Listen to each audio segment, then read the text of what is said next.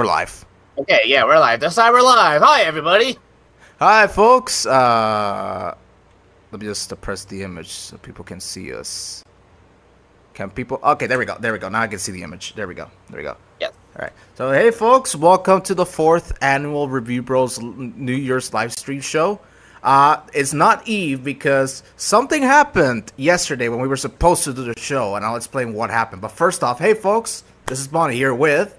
Security, and yes, welcome to, technically it is still New Year's, because it is New Year's Day that we're doing this and such, so technically the title is not a lie and everything, but it's just like Barney said, and pretty much for those that were in a New Year's Eve live stream, probably already have a good guess of, what happened, but just in case that, the people don't know, then yeah, I'll let Barney go ahead and explain what happened yesterday. Of course, thank you. And hey, Eric, welcome to the chat. Oh, already there's one person? Nice. Yep. Welcome, Eric. All right, so what happened was yesterday, where I live, Puerto Rico, had a complete blackout. There was a transmission line from one power plant to the other that malfunctioned, and it basically caused all the other power plants to shut down as an auto protection stuff. And basically, the whole island was without power. Simple as that. And to restore the power, it was going to take a while because they had to do it bit by bit, and so slow and annoying, but...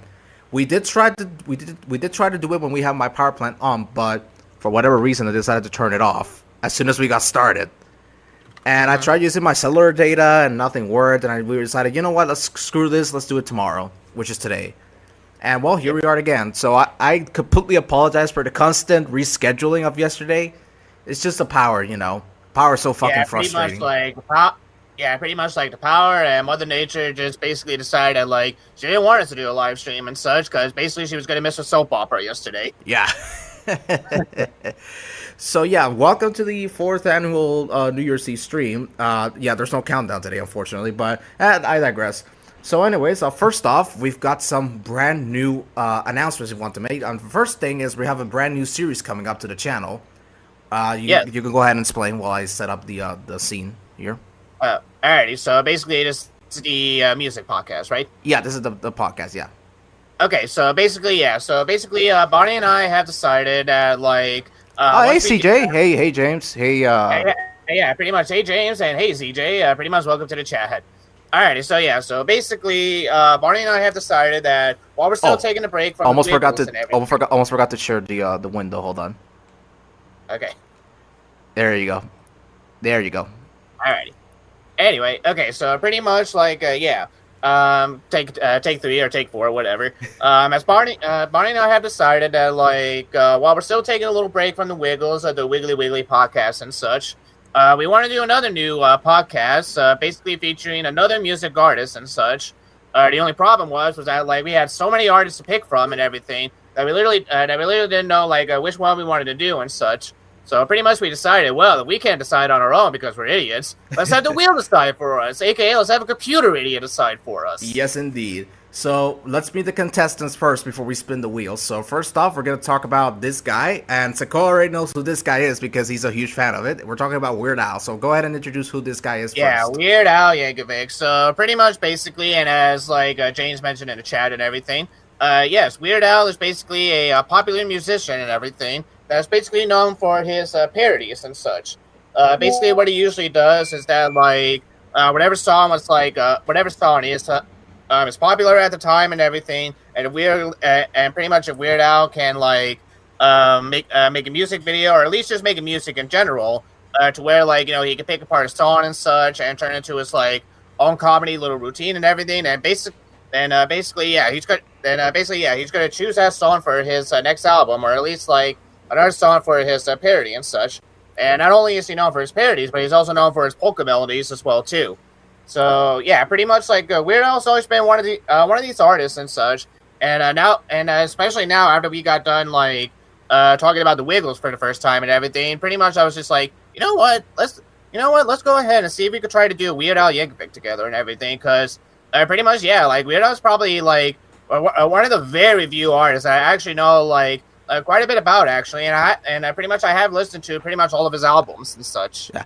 CJ says one time I had a blackout while taking an online test. Oh, that's gotta suck hard. That's gotta suck hard. Yeah. And what's up? Like I said, there was a blackout in the island. There was a transmission line that was connected to a power plant, and it malfunctioned, and it caused all the other power plants to shut down completely because they have an auto protection how does it called mode, and they completely shut down, and basically they had to restore the power bit by bit, and it's such a frustrating and annoying process, you know. Well, but we're not gonna get into that again. Yeah. But yeah, anyway, back to Weird Al. I know Weird Al for a long time. The first song I ever heard from him actually was in a Super Mario 64 video. Someone was making a mod. They were showcasing a mod called a Waluigi mod, Super Waluigi 64, and one of the songs that was playing in the video was Christmas at Ground Zero. And yeah, that was the video that got me into Weird Al. Yep. But then this guy, pretty much for me, like, actually a little fun fact about me, since we're talking about like how we got into Weird Al. How I got into Weird Al was actually from the Nostalgia Critic, actually. Pretty much, like, a Nostalgia Critic is actually known for playing, like, some Weird Al songs and everything. The most notable song he actually played from Weird Al was taking the sample from his song, Everything You Know Is Wrong, as a montage for, like, his 3-part videos on, like, his, like, top 11 most fuck-ups and such. So, pretty much, like, that's how I got introduced to Weird Al a little bit and everything. And pretty much as time went on, as I listened to, like, its other songs and everything, I was just like, you know what? Yeah, this guy definitely has talent and such. this guy's a genius, honestly, because look at the parodies in it. It Smells Like Nirvana, one of my favorite parodies he's ever done, period. Amish Paradise, the second song the second rap song I like, because long story short, for the ones that are new to the channel, I hate rap. I think rap is horrible. But this guy made it work. I'm not a big fan of rap either. So yeah, the only two rap songs I like are Thomas You're the Leader and Amish Paradise by this guy. So yeah, if you can make me like rap, you're a fucking genius. So yeah, just saying right now. And also Dare to Be Stupid, another one, Rides the Bus, you know, the usual casual hits.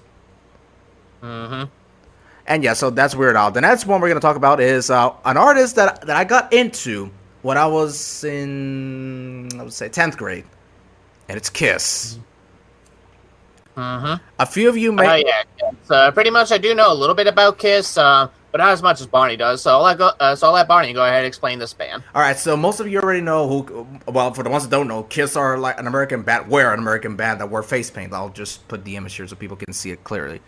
So they're basically known for their image, more for their music. They basically are the ones that wear makeup and stuff.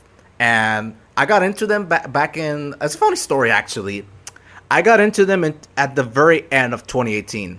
They announced they were going to do their last tour. I saw an ad when I had Instagram that said that they were going to go on their farewell tour, and I was like, that ship can't sail without me. And well, I joined the fan base, and ever since then I've been a huge Kiss fan. And now I've been critical of them, as Akoa can back me up on this. I've been very critical of them at times. Yes, especially with one member in the band in particular. Before I do that, though, James just basically said like his favorite Weird Al song is Albuquerque, Dare to Be Stupid, and the Weird Al Show theme song. Oh, those are great ones. My favorite is actually Christmas at Ground Zero. Always has, always will be.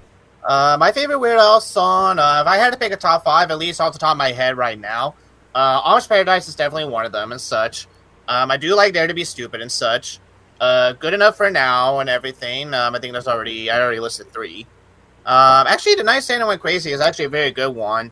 And my 5th favorite, I know what, I'm going to pick a polka melody for this one, and I'm going to pick Hot Rock Polkas. Hot Rock Polkas, all right, that's a good one. My second favorite is Amish Paradise. It's always been Amish Paradise. And the third one, you know what, I'll give it to another one, Rides the Bus. It's simple, but I think it's a pretty catchy tune. Yeah, it's a good one for sure. So yeah, this is Kiss. You may think that they stayed like this for their entire career, like with the makeup and stuff, but no, they actually took the makeup off in the 80s because the makeup was basically, people were getting tired of the makeup, and the makeup just wasn't working anymore, so they decided to take it off. And ever since, the 80s, they basically took it off, and they found a second comeback basically. But then they put it back on. And ever since, and up until the day they disbanded, which was in last year. Wow, I speak so fucking quickly. Hold on. It's okay. Take in your December, time. Like, I also had the same problem as well too, where pretty much like you talk so fast and everything, sooner or later you're gonna get a tongue twister and such, and pretty much it's like your brain is just saying, "Wait up, hold the brakes." What are you Yeah, saying? all right. So they put the makeup back on in the 90s because they went on a reunion tour with all 4 original members. These 4 right here are the original members: Paul Stanley, Gene Simmons, Peter Criss, and Ace Frehley. They put it back on, and up until the day they disbanded in December 2023, they still had the makeup on. So yeah, Kiss is a band I'm really interested in doing, because actually another fun fact: Kiss was the group I wanted to do a podcast on ever since I got into podcasting and stuff. I did start my own Kiss podcast like a very long time ago. It's no longer around anymore because I took it down. I only made 3 episodes before I got sick and tired, and I was like, you know what? I'll put Kiss on hold, and then if some miracle happens and I'll start the podcast again, then I'll do it again. So yeah, Kiss is the band I'm most looking forward to doing as well. Besides the second band we're gonna cover in just a second. Mm-hmm. So before we move on, let me check the chat here. Yeah, pretty much James brought up an interesting fact about how pretty much Al made Albuquerque and everything just to troll with people and such. And actually, yeah, that's true. I mean, a recent interview he did with GQ and such, pretty much the only reason he made Albuquerque was because pretty much fans kept pestering him to fans kept pestering Weird Al that they want a longer song and everything. And when Weird Al took a look at the notes he had for Albuquerque, he was just like, "Oh, you want a long song there? Well, there you go." Yeah, pretty much Weird Al thought that it was going to be that one song where pretty much people are only going to listen to once in a blue moon, but pretty much even still to this day when he goes to live concerts, everyone always keeps asking to play Albuquerque, and sometimes he's like, "Really, that song?" All right, let's see. Eric says, "I forgot. Sorry, Eric. If I miss your messages, sorry about that. Let me see. Oh yeah, I remember the Kiss joke you did when doing the Very Old Engines episode. Yes, it was that band I was making a joke off. And yeah, he says, I remember from Paul Blart Mall Cup 2, there was a that was him actually. I think he was in that film actually. Or series. I have to check it out again. Yeah, he was in that series, and yeah. Mm-hmm. So yeah, that's Kiss. That's the second group we're gonna cover. Next up is one that we actually started working on, but we did, and pretty much okay, yeah, I'll go ahead and at least explain this. Go ahead. So anyway, the Beatles, they need no introduction. And my favorite band of all time. Thank you very much. Yeah, pretty much pretty much even if you never heard a Beatles song beforehand and such, or at least you don't listen to the Beatles that much, you at least know who they are and everything, because they get referenced a lot in a lot of media and such, and for good reason as well too. But yeah, Barney and I were actually getting ready to do the Beatles as the next series and such, and pretty much when we were after we got done listening to the first album, what was it? Please Me, or something. Please Me, yeah, Please Me, yeah, Please Me and such. Pretty much after we got done listening to the second take of the first album and everything, pretty much Bonnie was just you know what, let's go back to the Wiggles for a little bit. Then we went back to the Wiggles, and then pretty much after we got done listening the second time to the Yummy Yummy album, Bonnie was just hey, you know what, let's take a break from the Wiggles. Yeah, because honestly, the problem is that which we're going to talk about what's going to happen with the channel coming up in just a few minutes. But as I was going to say, I basically got a little bit of a mental exhaustion because I had college going on, and there was a lot of tests going on, and I just couldn't do it anymore. So I was like, yeah, let's take a break. Mm-hmm. So yeah, pretty much Eric brings up a good point, especially Ringo Starr. Yeah, because like I said, we're all Thomas fans right here, so we already know who Ringo Starr is right off the bat. Yeah, he was the drummer for the band, and he's the one that I'm most looking. Well, actually, let me preface this by saying it's going to be the Beatles. If the roulette wins, it's going to be the Beatles and what happened after they broke out. So basically, their solo careers, and Ringo's going to be very interesting because let's just say that he got into some pretty hot water. Yeah, very pretty hot water. The others actually he started off great, and it basically was climbing to the top, but then all of a sudden he went down for reasons we'll explain once we get to the solo careers. Mm-hmm. But yeah, the Beatles are one I'm most looking forward to, and like I said, they're my favorite band of all time. So why not put them on the wheel? So yeah, why not? All right, next up is another group I talked to Nicole about, and this one's Queen. Everybody knows Queen, Bohemian Rhapsody, We Are the Champions, We Will Rock You. Another one, Bites the Dust, which actually, fun fact, We Will Rock You actually technically That's how I knew about the Queen band. Although, fun fact, like the first time I listened to We Will Rock You was actually from Drake and Josh and such. And like pretty much I did not know it was the Queen until I started hearing it on the radio and everything. I'm like, oh, that's where that song came from. Yeah, "We Are the Champions" is one of their most popular songs. That you can hear it in stadiums as well. Mm-hmm. But yeah, Queen is another band I'm looking forward to doing. It's one of it's well, it was, well I did see Bohemian Rhapsody when it came out, the film in 2018, and it was basically a biopic of the lead singer, and I enjoyed it, and it got me into the band ever since. I will admit I'm not a diehard fan, and there's a couple stuff I don't know about, but that's the fun of choosing an artist. You choose it, and then you basically Pretty much, yeah. Like, okay, like we should also preface this right off the bat as well too. Even if the wheel does land on the artist and everything, technically that does not mean like we're actually going to do it 100%. Like, excuse me. Basically, what Barney and I are going to be, excuse me. Basically, what Barney and I are going to be doing first and such, is that basically like we are going to at least listen to one of their albums as a test run, in a sort of way. And if both Barney and I feel like that, basically we're like, okay, yeah, we can't. There is actually a lot we could talk about with this artist, and yeah, we will talk about the artist and such. If there's not that much that we could talk about them, then most likely we'll probably skip them. And if we do, we'll definitely let you guys know. Yeah, because we did that with Led Zeppelin, and as Sakura remembers this, we did listen to the first album because they were discussing about doing Led Zeppelin, but oh my god, we couldn't get through after the second song because baby. Yeah, actually, we did get through the second song and such, but I think it was like right after we got done listening to the A side. Yeah, basically both me and Barney looking at each other and it's just like, yeah, I think it's best we skip these guys. Yeah, because honestly, well, let me just say this. I respect Led Zeppelin. I think they were a groundbreaking band and stuff. But to me, Led Zeppelin is one of those bands where I only like the hits and nothing else because I don't know what it is. Everybody talks about them being a great band, but I just can't get into them for whatever reason. I only like the hits and that's it. But yeah, after hearing that "Babe, I'm Gonna Leave You" song, I was like, fucking skip this. I can't with them. Mm-hmm. But yeah, Queen is another one. Next up is Van Halen. Now this one's gonna be like, huh? Who's Van Halen? Well, basically they were a rock band that existed from the 70s up until Eddie Van Halen died, and you probably know who Eddie Van Halen is. He was the guitarist of that band. So and you probably also know who Eddie Van Halen is. Pretty much if you're like me and grew up with Dexter's Laboratory, then it's pretty much one of the characters in Justice Friends. Literally is like an homage to like Van Halen with Valhalla. Yeah, Van Halen. Yeah. This band I recently got into, and the sad fact is I got into them the year that Eddie Van Halen passed away. Interesting. Yeah, and I still remember the day Eddie Van Halen died. That sucked. It really hurt. But yeah, this is one. I'm gonna keep it short because we've got other stuff we have to cover. So this is another band I'm looking forward to doing. This band is known for having two distinctive eras. You're either a fan of the classic Van Halen or the Sammy Hagar Van Halen, which we'll explain what it is if we ever decide to get to Van Halen. Mm-hmm.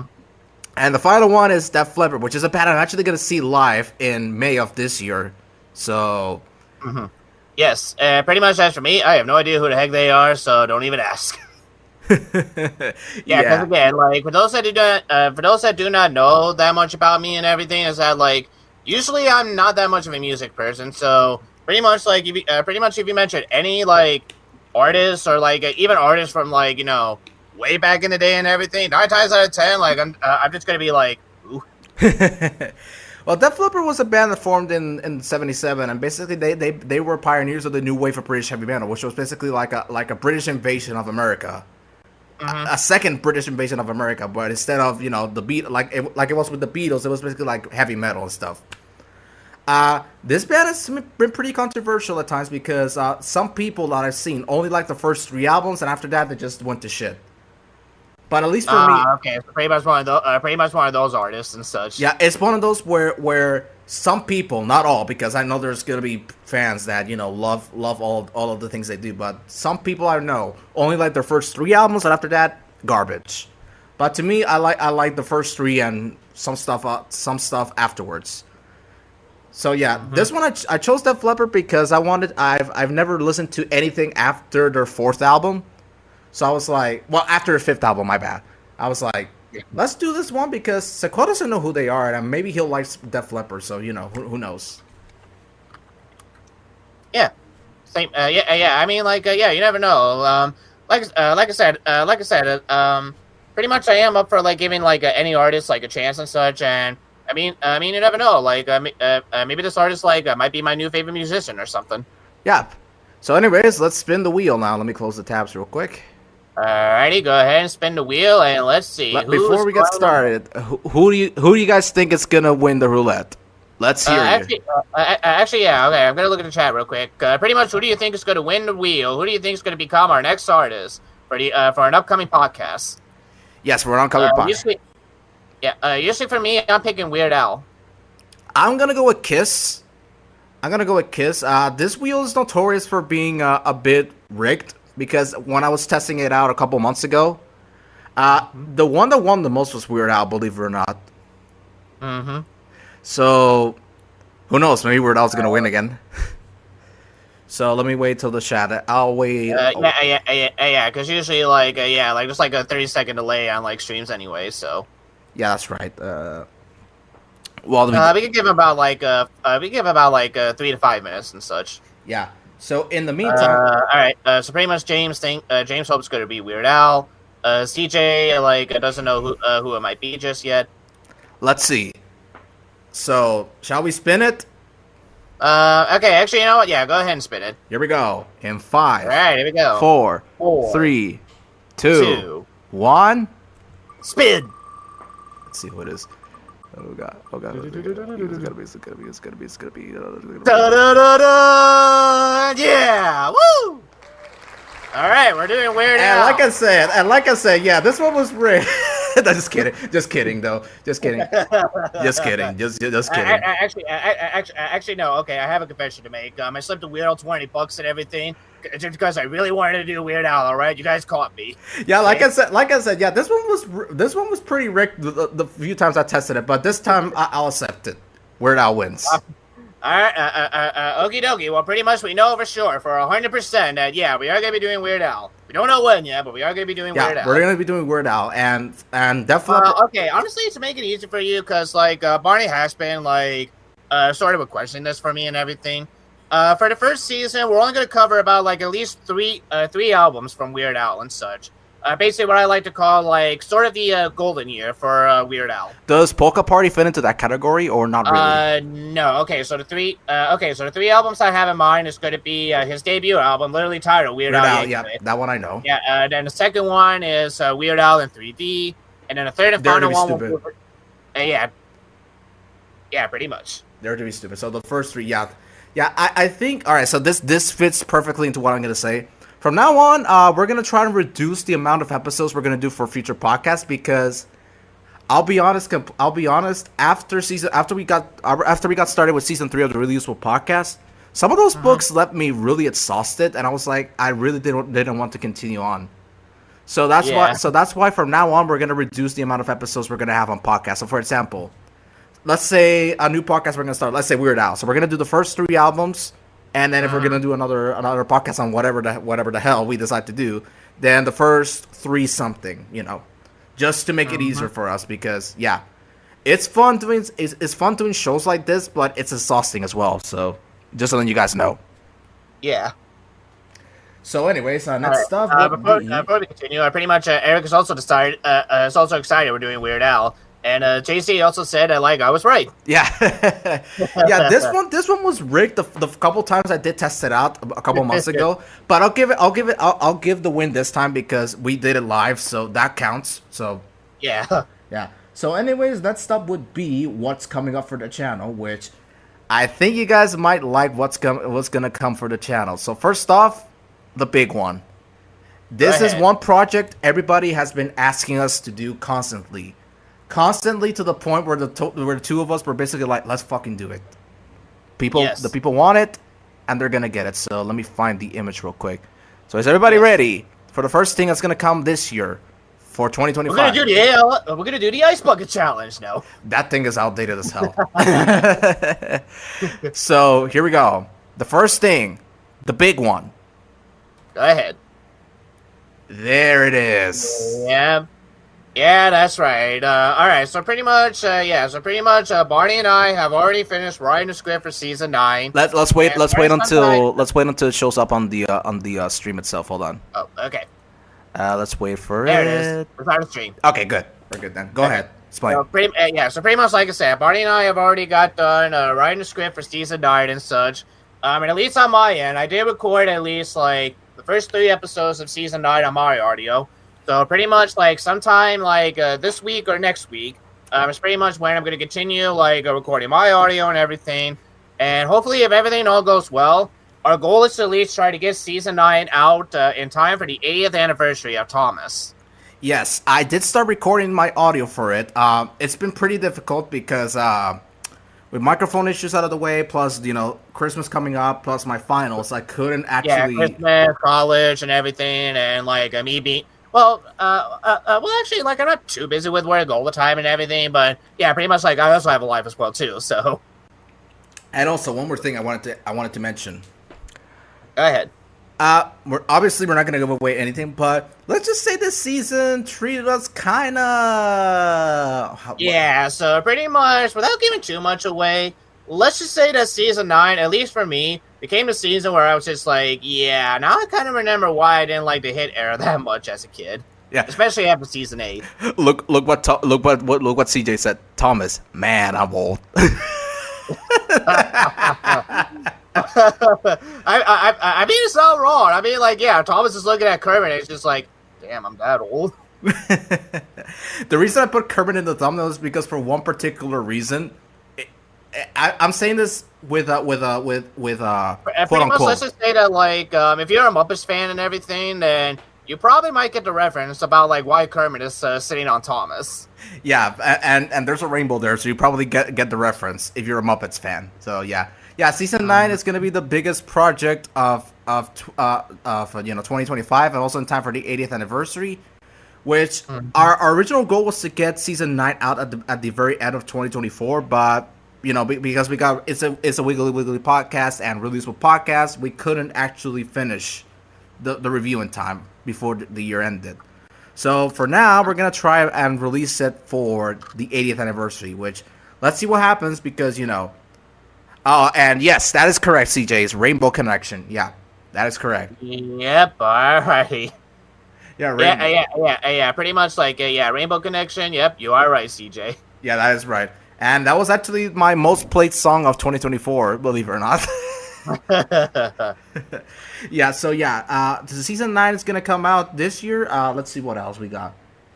The second half of the Releasable podcast is gonna come out this year, like we promised. When we don't know yet, but we'll keep you guys updated on that. All right, let's see what else we got. Do you want to say anything else before we move on? I think pretty much I said all my pieces I wanted to say with the season 9 review. So yeah, like I said, it is coming smoothly and such. And like I said, sometime this week and next week we will be recording our lines and everything. And as we also said, our goal right now, if anything changes, we'll keep you guys updated. But our goal right now is to try to get the season out in time for the 80th anniversary special. Yes, that is right. We also got a couple 80th anniversary specials coming up as well. There's one particular project that we're going to keep secret for now. It's going to be our special 80th anniversary celebration alongside the season 9 review. So what project will that be? Tune in soon and you'll find out. Pretty much. Yeah. So up next, now it's time for another segment where you guys are going to be the stars of that segment. It's time for a new segment I'm going to call The Fans Decide, which I'll explain right now. So right now, we've got Thomas, which is the most popular show we've reviewed on the channel and the one that does the most well. But sometimes I feel like we've been doing shows that we like instead of taking suggestions from you guys. So today, in this stream right now, we're gonna have 2 shows that we're gonna have you guys vote on, so you can decide what show we're gonna do next after Thomas. Yep, that's correct. So pretty much after Thomas and everything, pretty much we're gonna put up a vote. How many shows were you thinking about, like putting up at a poll? Like three, I was four? thinking Like... at first I was thinking 3, but since this is the first time this segment is introduced, I reduced it to 2. Okay, pretty much makes sense. All right, and yeah, pretty much after season 9, like we'll pick. Pretty much we'll put a poll up, pick the 2 shows and everything that like pretty much both Barney and I believe that like you guys probably might be interested in seeing us reviewing, and whichever one wins, that's going to be our next season review coming up soon.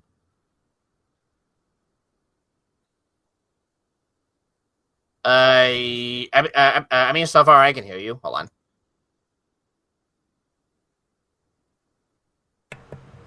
Oh, there we go. There we go. There we go. It was just my mic was muted. Sorry about that. Sorry about that, guys. My mic was muted. Okay. Sorry about that. Anyway, so let's meet the shows that were. So let's meet the selections right now. Here we go. All right, go ahead. The first show is it's the Muppet Shows with our special guest, the Review Bros. Yay! So the Muppet Show is one I've always wanted to do. I had heard about it when I was younger, but I never actually watched it. Mm-hmm. I don't know about Sequel as well. Well, actually, for me, like, I mean, like, obviously, like, I have heard of, like, both the Muppet shows and, of course, the Muppet movies and such. I've only seen, like, a couple Muppet movies here and there. I'll be honest, like, the Muppet movies were never really, like, movie series I really cared for all that much as a kid. And, like, pretty much even now, like, for the most part, like, I kind of just find them, like, okay and such. Like, I mean, like, obviously, I don't hate them and such. I could appreciate, like, you know, the creativity, like, that goes along with those movies and such. So I mean, like, at the very least, like, I'm willing to at least give the Muppet Show a shot and pretty much maybe see, like, if there's something that, like, you know, maybe I didn't see the first time and such. Yeah. Obviously I know what the Muppets were when I was younger, and the one thing I do regret about my childhood is not going and see the 2011 film. You know the 2011 film? Yeah. That was yeah, pretty much the reboot of the Muppet movies and stuff. yes. Yeah. That's one of my regrets in life, not going to see it when it came out. Mm-hmm. And also, I also did not see Muppets Most Wanted, and that was the film that basically, unfortunately, you know. Yeah. Yeah, the film was great. I'm not saying the film was bad. I've actually seen it. I actually saw it last year, and it was great. Mm-hmm. But I just said like that. I just did the fart noise because that was the film that basically just sent the Muppets down to a spiral, because it was very poorly promoted. Let's be real, very poorly promoted. So yeah, the Muppet Show is one, and the second show is one that me and Sequoia have been discussing for eons, like literally eons to do. So let's go ahead and Sequoia already knows because he's basically looking at my screen right now. Yes. So yeah. Basically, I already know. So yeah. Actually, there I'm it pretty is. sure. Yeah. Star versus the forces of evil. Try saying that 3 times. Yeah. Fast. Star versus the forces of evil. Star versus. Okay, so honestly, at least with this show, I have seen, I think, 1 or 2 episodes before once. And what I remember, like, I thought the show, like, at least has a very creative, or at least an interesting, like, idea and such. From what I heard and such, like, the show can be a mixed bag for some people. Like, it's one of those shows where it's just, like, it has a promising premise and such. But there are some moments where the show does kind of, like, falter here and there. At least what I've heard from some people. So, actually, my sister was the one that introduced me to the show because she watched the entire series, and from what she told me, she really loved the show. And I was like, okay, let me go check it out. And I watched a couple episodes and loved it. You know, I haven't seen anything besides season 1 because I just watched season 1 just to get a feel of what was gonna come. And I've heard from people that the ending is pretty shit. So that's got me a little scared. Yeah, pretty much, yeah, that's what I was talking about, like, yeah, about how some people felt like, yeah, the ending could have definitely been much better and such, so I mean, like, at the very least, like, I'm willing to give the show a shot and such, like, I'm definitely not against doing this either. Yeah, so we got the Muppet Show and Star vs. the Force of Evil. I'll put the poll up right now. Let me just take a sip of my drink real quick. Okay. No, I'm not drinking any wine today. I don't drink, so don't get it twisted. Let's cut the deck. Yeah. Pretty much don't worry, folks. Barney is now Maximilian Pegasus. All right, so I'll put the poll up right now. All right, so I'll just put it up. All right. Select the show. I'll just call it select the show because why not? Select Okie the doke. select the show. The Muppet Show and Star versus the Forces of Evil. There we go. All right, so the poll. Evil. All right, so the poll's gonna go. Oh, didn't mean to do that, but didn't mean to do that. God damn it! I'll just put. I'm gonna have to do it again. Hold on, folks. Alright. It's Take just two. it's just because I added another option for some reason. All right, select That's all right. the show. So give me 1 second. All right, Star versus the Forces of Evil, and next up is the Muppet Show. So. Muppet Show. There we go. All right, here we go. Poll's gonna go live in 5, 4, 3, 2, 1. And... The There poll you is go. live. Okay. So now let's wait a little bit until. So All right. Well, I know we got at least like 5 people watching and such, so pretty much we'll wait till at least those 5 people have done their votes. yeah, so we'll wait a little bit. Let me put the Muppet Show up on the screen so people can. So this will be our waiting screen. Mm-hmm. All right, so I got 1 vote in. All right. So far, Muppet Show is winning. All right, Muppet Show's winning. All right.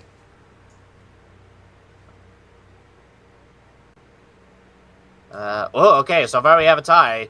So far it's a tie between Star and the Muppet Show. Yep. So. All right. Oh, Yeah. Star went to the lead now. I just saw that. Alrighty.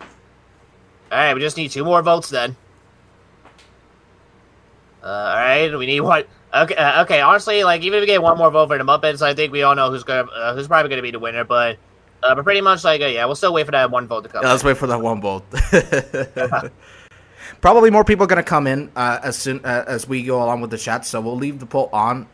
So let me see if there's an option to close it. Yeah, there is. Okay. Yes, there is. Another should be okay. Yeah, there is. So all right. So far so good. So far, Star is demolishing the Muppets. Wow. yes. Let's see. We're missing 1 more vote to go. So Yeah. Okay. Pretty much we can give the person like 1 or 2 extra minutes and such, and then pretty much if you want, we could go ahead and move on to the main event for this live stream. Yes, indeed. So before we do, of course, I need to switch the screen so people can see my screen. So, all right, we'll give the people 1 more. We'll give a couple more minutes and then we'll close the poll. So, give me 1 second while I change the screen. And now let's go to the main event and the event that we've been talking about for ages, and it's gonna be this. So, take it away. Yep.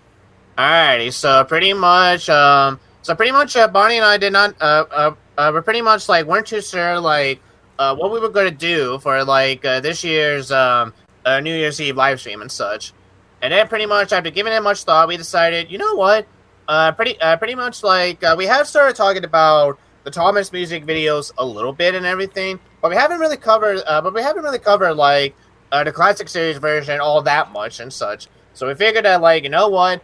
Pretty much the time is now right to start talking about at least the classic versions of the pretty much the popular Thomas and Friends music videos and such. Yes, indeed.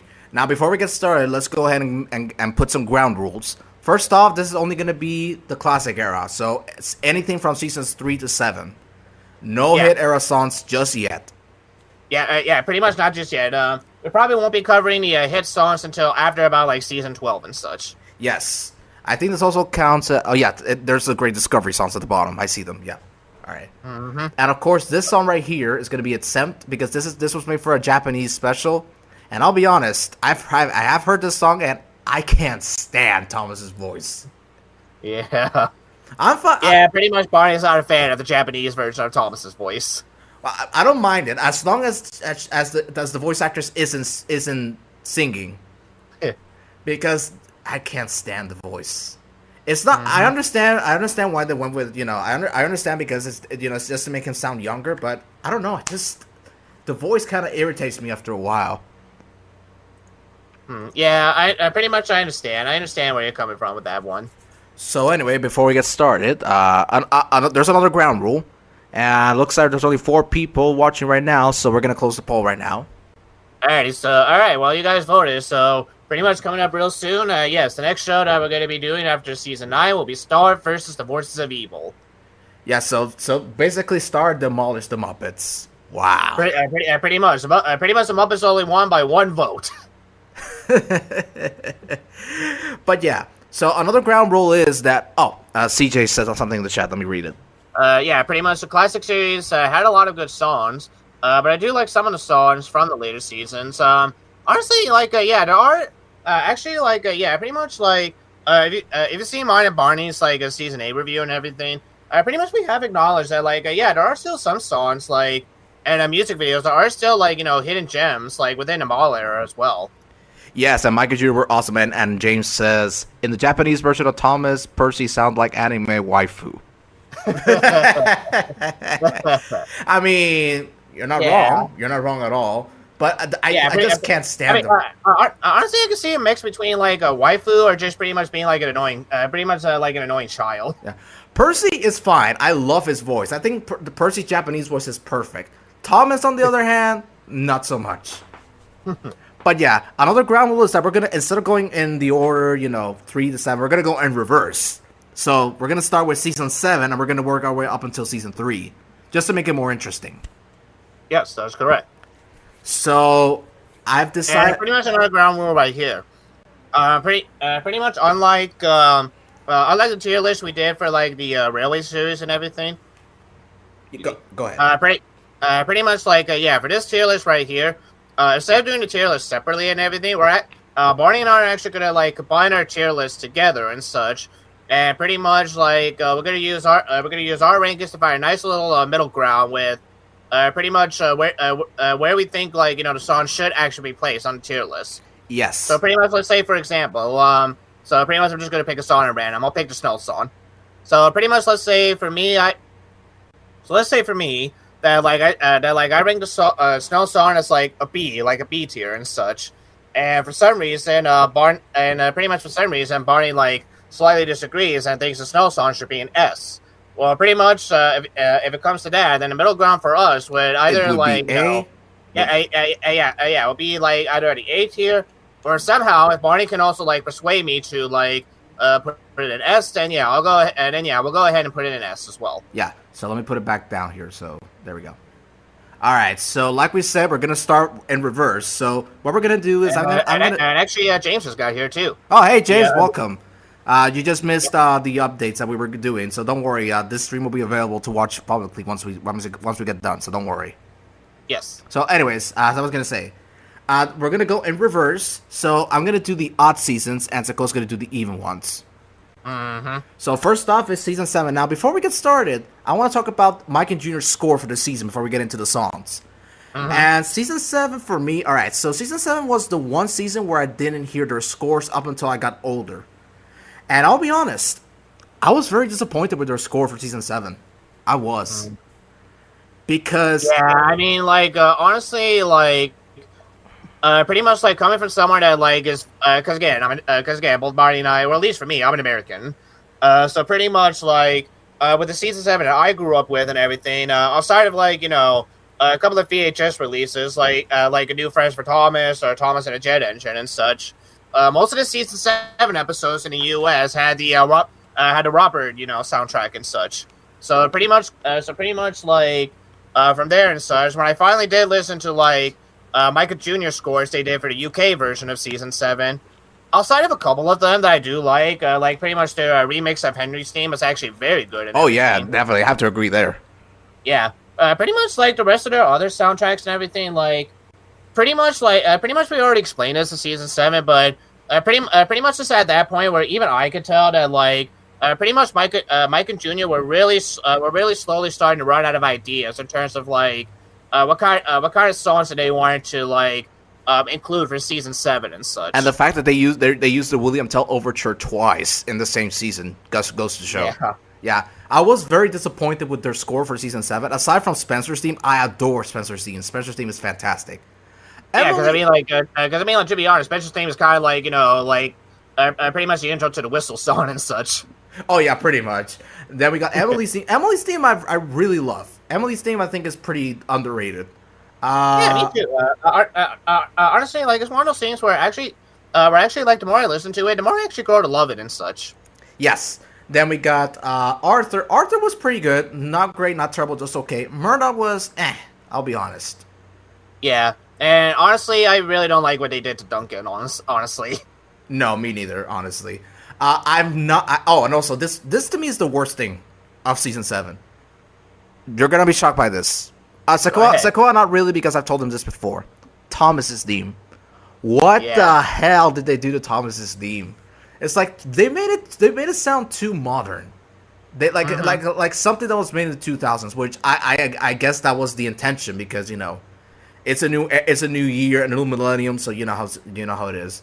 But I'm not a fan, honestly. I prefer the season 5 theme over the season 7 theme easily, or of course the season 1. Like, honestly, and everything, like, pretty much even when I do know, like, some of the soundtracks they did for season 7 and everything, it's one of those soundtracks where pretty much, like, you can pretty much, like, easily forget about it and such, especially now that, like, both the US and even in the UK as well too, like, they pretty much, like, rescored the soundtrack with Robert's themes as well too, that, like, pretty much like I said, you can easily forget about, like, Mike and Donald's, like, themes for season 7 as well too. And honestly, like, some people could say it's for the better, some people say it's a little sad. Like, I pretty much will leave that to you guys to, like, draw your own opinion on that. Yes. Anyways, but at least they went out with a bang because they delivered some great songs for season 7.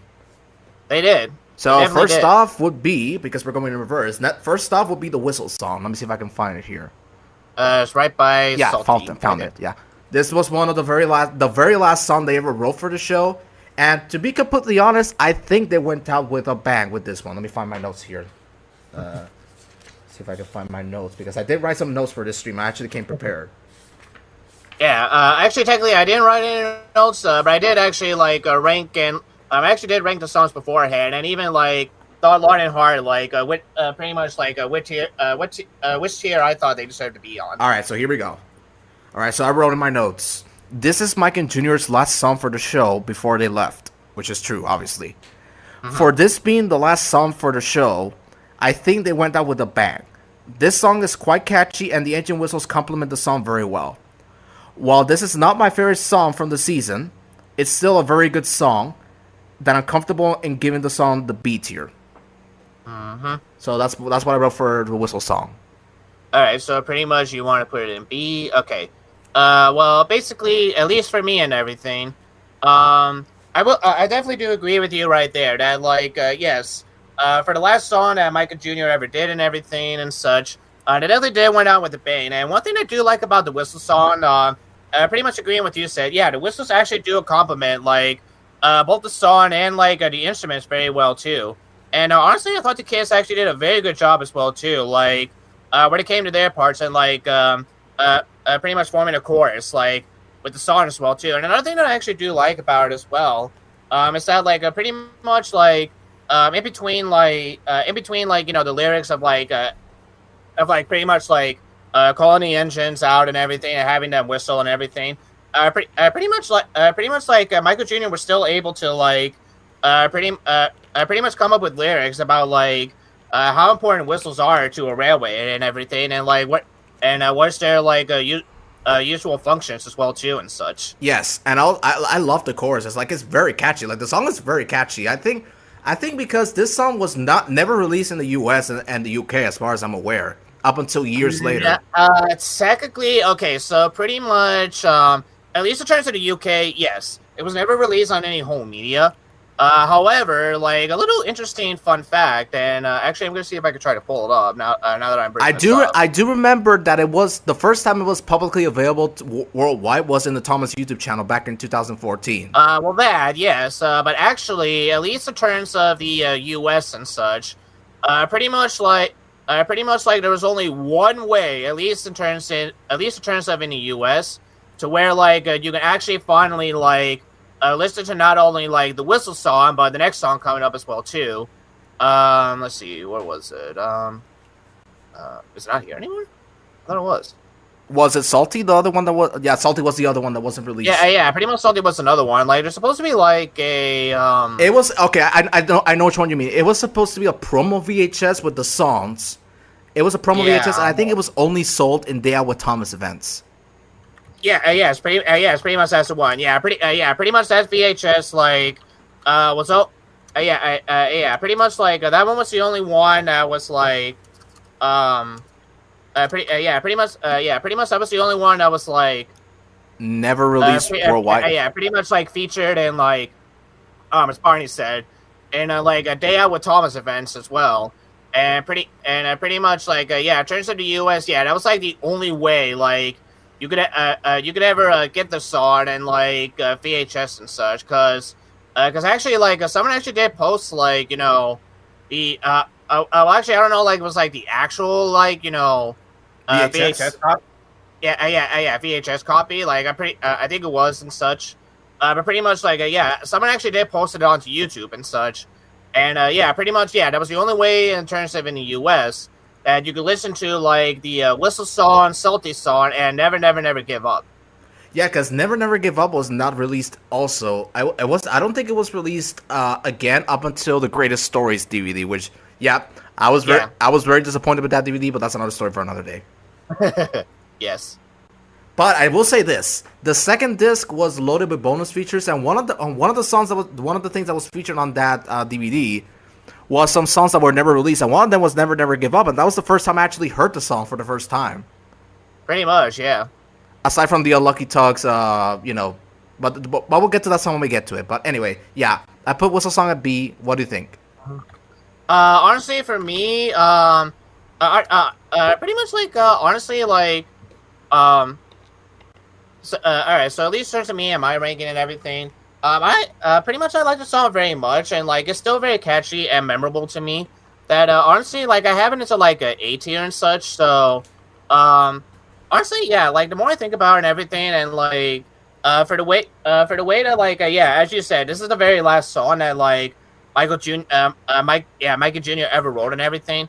Honestly, I believe that like honestly, I think it should be fair to place into A and everything for at least like for having the song being very good and such for the very last song and such. I don't have anything negative to say about the song, so I'm actually gonna agree with you. I think A will be a good spot to put it. So you convinced me. All right, okie dokie. So let's go ahead and put it up to 8 here then. There we go. There it is. Our first song from the stream. So here we go. Alrighty. All right. Next up would be Salty, and let me go to my notes again. Let me put on my notebook. It says here. Love this song. I absolutely love this song. It truly nails in telling us about who Salty really is, and the song is so damn catchy.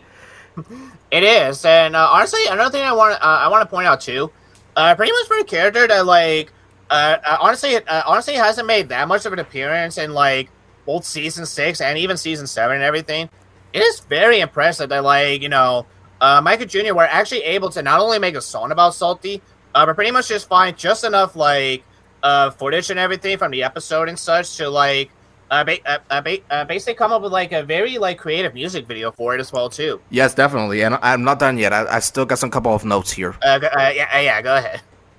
All right, the instrumentation for this song is fantastic, and so are the vocals. Mike and Junior singing together is always a treat because they didn't sing together that much in terms of the music videos. I think the only one that they did was Never Never Give Up. Mm-hmm. But anyway, where was I? Okay, yeah. I've always loved this song ever since 2016 when I first heard it. And as of today, it's still my second favorite Season 7 song, and it definitely belongs in A tier for me. Alrighty. And yeah, by the way, like yeah, pretty much yeah, okay, so pretty much I finally found out the okay. Um oh, okay. So pretty much what I discovered and everything, it seems like the VHS I was talking about, the US VHS and such, Uh-huh. this looks to be like it was like actually a fan fiction VHS ID. VHS ID So it was idea. fake. So it was fake all along. Yeah. So like, yeah, it turns out that like, yeah, pretty much, yeah. There's a very good possibility that, yeah, like, yeah, Roundhouse Rhymes, or at least like, yeah, pretty much like there was never an attempt in terms of like in the U.S. part to actually release like to actually release Never Never Give Up, Salty, and the Whistle Song in their own VHS for the U.S. So the Pretty much, first time yeah, the like. first time that Americans heard it was on the YouTube channel. Yeah, pretty much was like on YouTube and such. Yeah, and I also have to give credit to Unlucky Top because the Unlucky Top requested it along when he had his original channel. He requested it and they delivered. So Oh, good. All right. so he Good on requested it him. on the official Thomas YouTube channel, and they put it on the channel. So yeah. Anyways, so yeah, Salty for me is an A. I've always loved this song. I still love this song. It's so damn catchy. It does a great job at introducing who Salty is. And Salty, tell us another one. So goddamn catchy. I just can't get enough of that song. Plus that ending. That ending is fantastic. The song's ending is great. Yep. So what do you think? Honestly, you know what? For me, yeah, like I said, pretty much as I said before, that like for a song that like features a character that like didn't make that much of an appearance in both seasons, it is very impressive that, like I said, they were able to find not only like as many like footage from like the episodes that Salty did featured in, to basically like come up with a very creative music video for it, and pretty much, yeah, like I said, like the vocal cords, and actually like pretty much having like different singers like singing the song this time, and actually making it feel like an actual like swing ditty and everything as well too. Like pretty much it's hard not to like bob your head along with the song, and even pretty much like pretty much find yourself like coming along to it and such. That honestly, pretty much Salty for me deserves a very high A tier to me. All right, will we put it before? Honestly, okay. Honestly, like at least for me, I would definitely put it like in front of the Whistle Song, because honestly, at least to me, yeah. If I had to pick between the two, I would definitely listen to Salty a lot more than the Whistle Song. Yeah, and I agree with you. I'm with you on that as well. All right. So next up would be Troublesome Trucks. Okay. Now let's get this out of the way. For any returning viewer, you already know what did we talk about Troublesome Trucks in the season 7 review? I think we did. Like, yeah, you guys have to remember, it's been a very long time since we did the season 7 review. So like, yeah, pretty much like, it's hard to remember like which songs did we cover in season 7, but I think you might have mentioned Troublesome Trucks a little bit before. All right. So for the ones that don't know, yeah, go ahead. Let me go ahead and give a backstory. I loved every single Mike and Jr. song except for Troublesome Trucks. That was the only song I never liked, because as a kid I always found it as an S song because I never actually really liked it. That was until November of 2024 when I took a listen to it for this little stream that we're doing right now. I was reluctant, but after the listen, I liked it. I actually liked it. And it grew on me a little bit more and more. And honestly, now I really like it. So yeah, there's not a single bad song that Mike and Jr. ever wrote. So for I mean, like I said, Barney kind of surprised me a little bit when like he actually like pardon the pun, changed his tune to Troublesome Trucks and such. Now I will say this. It's not my favorite song from season 7, and it's not anywhere close to the top 5 or top 10, in terms of Thomas songs. But I like it. It's a pretty good song. Now, do I like it as much as Salty and the Whistle Song? No, not at all. I think that one, is much different. But yeah, I will put it in B just because I love the music video and that build up to Oliver's crash. Epic. Same here, honestly. Yeah. Actually, did you finish giving your thoughts on Troublesome Trucks? Yeah, I was gonna mention one more thing. Okay, now let's go ahead and do a little bit of a debate. Is this version better than the one from The Adventure Begins? Honestly, for me, Honestly, you know what? Listening to both versions of the songs and everything, like, I do like how the adventure begins. Like, manages to take like the classic song and have it like be sort of like a montage to having like, having like Thomas pulling the strokes for the first time and everything. Definitely, I will give like I will definitely give the crew tons of credit where credit is due and everything because that's actually a very smart move right there to pretty much like not only incorporate the song and everything, but pretty much like also doing pretty much like also remixing it to pretty much like fitting the scene that was happening and everything. Yeah. But I Anyway, did want to pick. Go ahead, you first. James Lister says, the Jack and the Sword Construction Company count. Those songs count. Not really, and I'll explain why. Because since Jack and the Pack was released after season 9, we're gonna count it as hit era songs, and they were written by Ed Welch. So that counts as a hit era song in our book.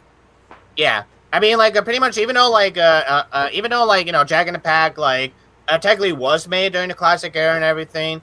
They did not start releasing the episodes until like during the hit model era anyway. So basically, for those two songs and everything, we're gonna count them as like hit model era songs. So at least in terms of this tier list, they're not gonna be in the tier list just yet. Yeah. So when we do our hit era tier list, we'll add them. So don't worry about that. Anyway, go ahead and continue with Troublesome Trucks. Anyway, alrighty. So, alright. So basically, for me, the reason why I pick like the original version a little bit more than the Adventure Begins.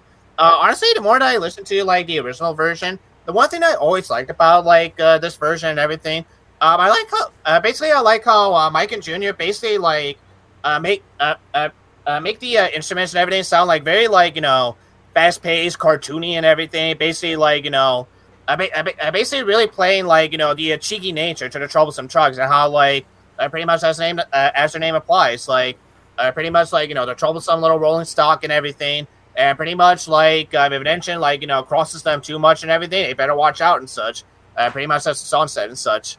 And pretty much like I just like pretty much I really do like the fast pace nature of like both the music video and the songs and pretty much again like how Michael Jr. also like used the lyrics to pretty much like give the Troublesome Trucks like the characters as well too, explain them like why are they so troublesome and everything and using like examples to explain like the troublesome nature and such.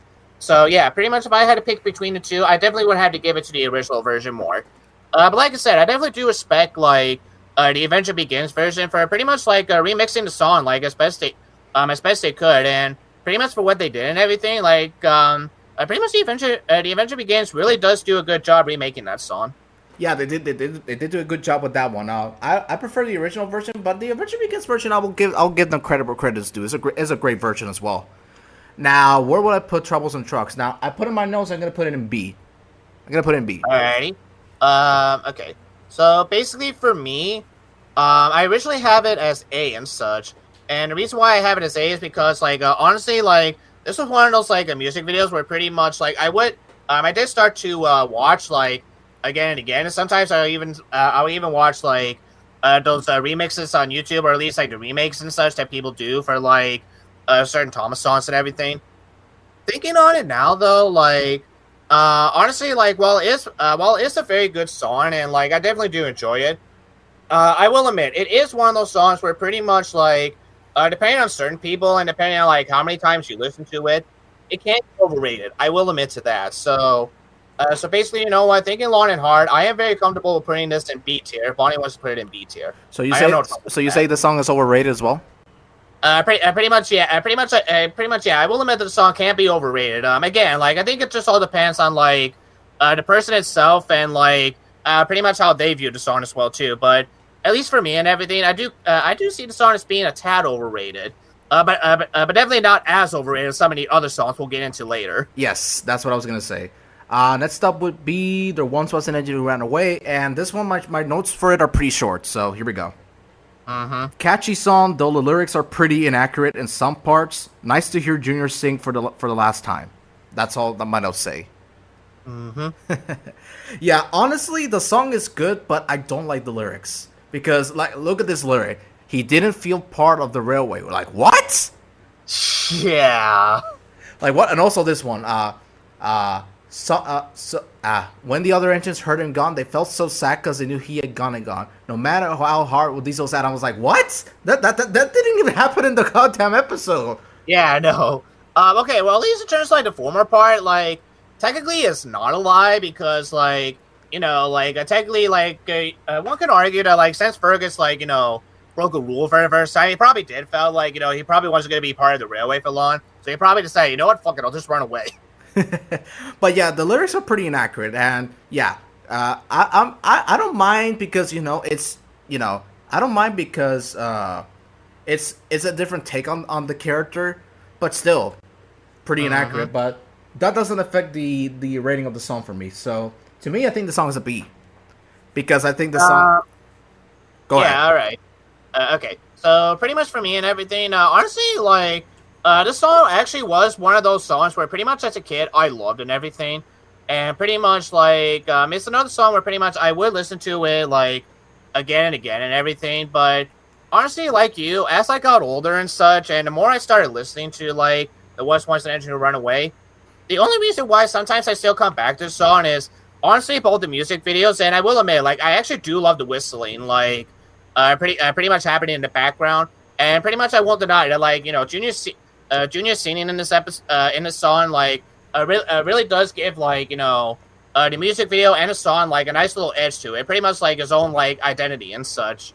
But pretty much anything after that, I will admit, yeah, the lyrics are pretty much, like, confusing and everything. Like, pretty much once you get down to it and everything, the lyrics are very confusing and such. They pretty much, like, really have, like, not that much to do with the actual episode itself, in a sort of way. Outside of, like, Thomas fighting him and like Diesel being the one, plotting Fergus to run away. But pretty much after that, yeah, the more I listen to it, I definitely do agree with you.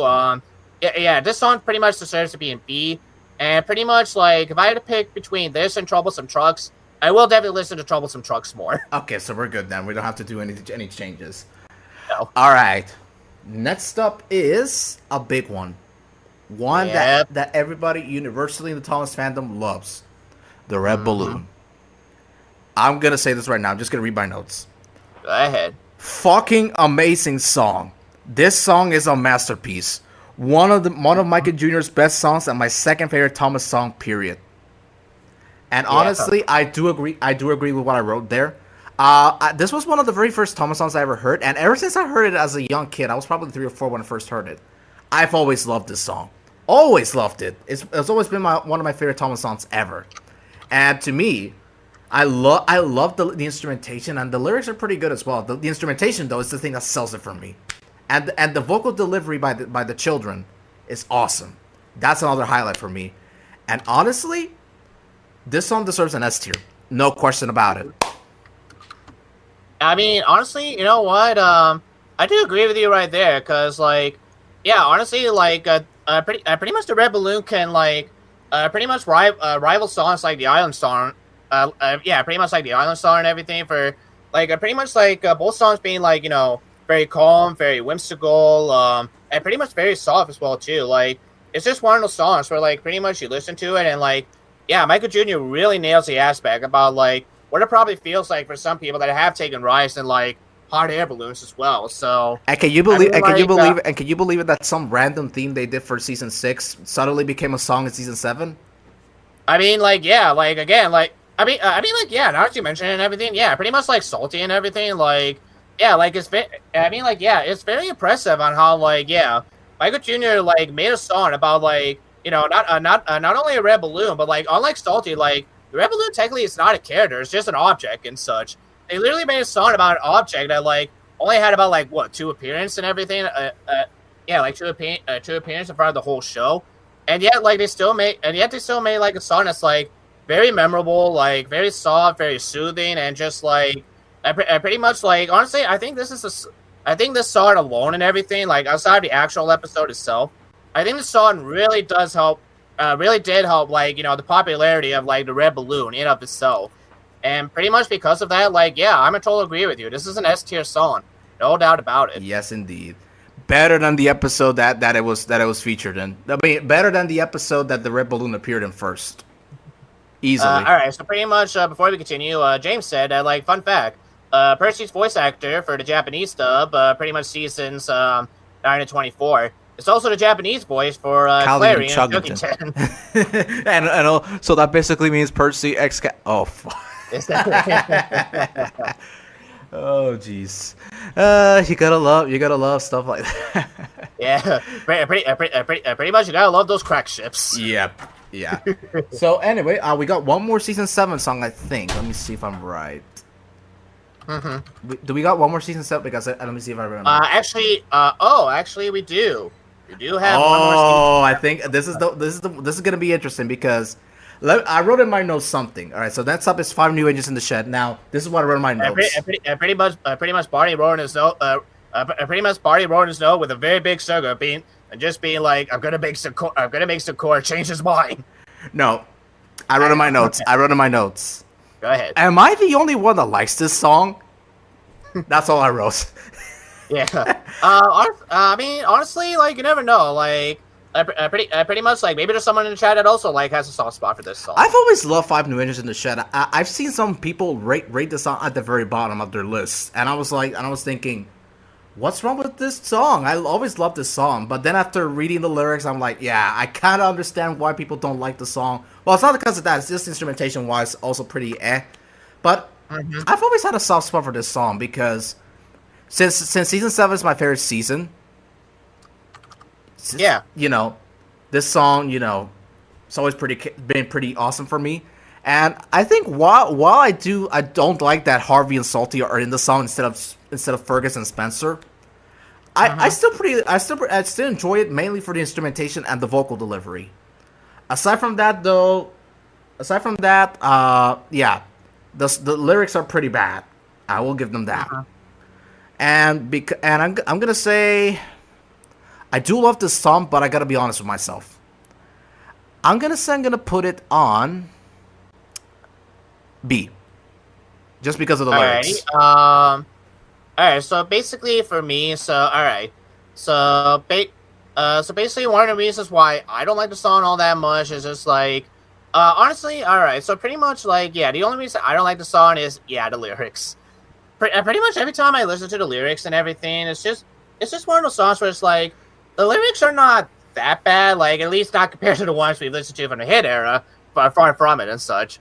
But pretty much, like, compared to, like, Micah Jr.'s other songs and everything, like, every time I hear it and, like, every time, like, the song is over, I pretty much always forget about the lyrics and such, or at least, like, I pretty much, like, I don't remember them, like, as fondly, or at least, actually, I shouldn't say not as fondly. I just don't remember them as strongly, I should say. I don't remember them as strongly as, like, the other songs from Micah Jr. and such. Like, what do you think of the chorus, though? The chorus is great. I will give them that. I will admit, yeah. So both the chorus and even, like, the instruments themselves and everything, they are pretty good. I will give you that and everything.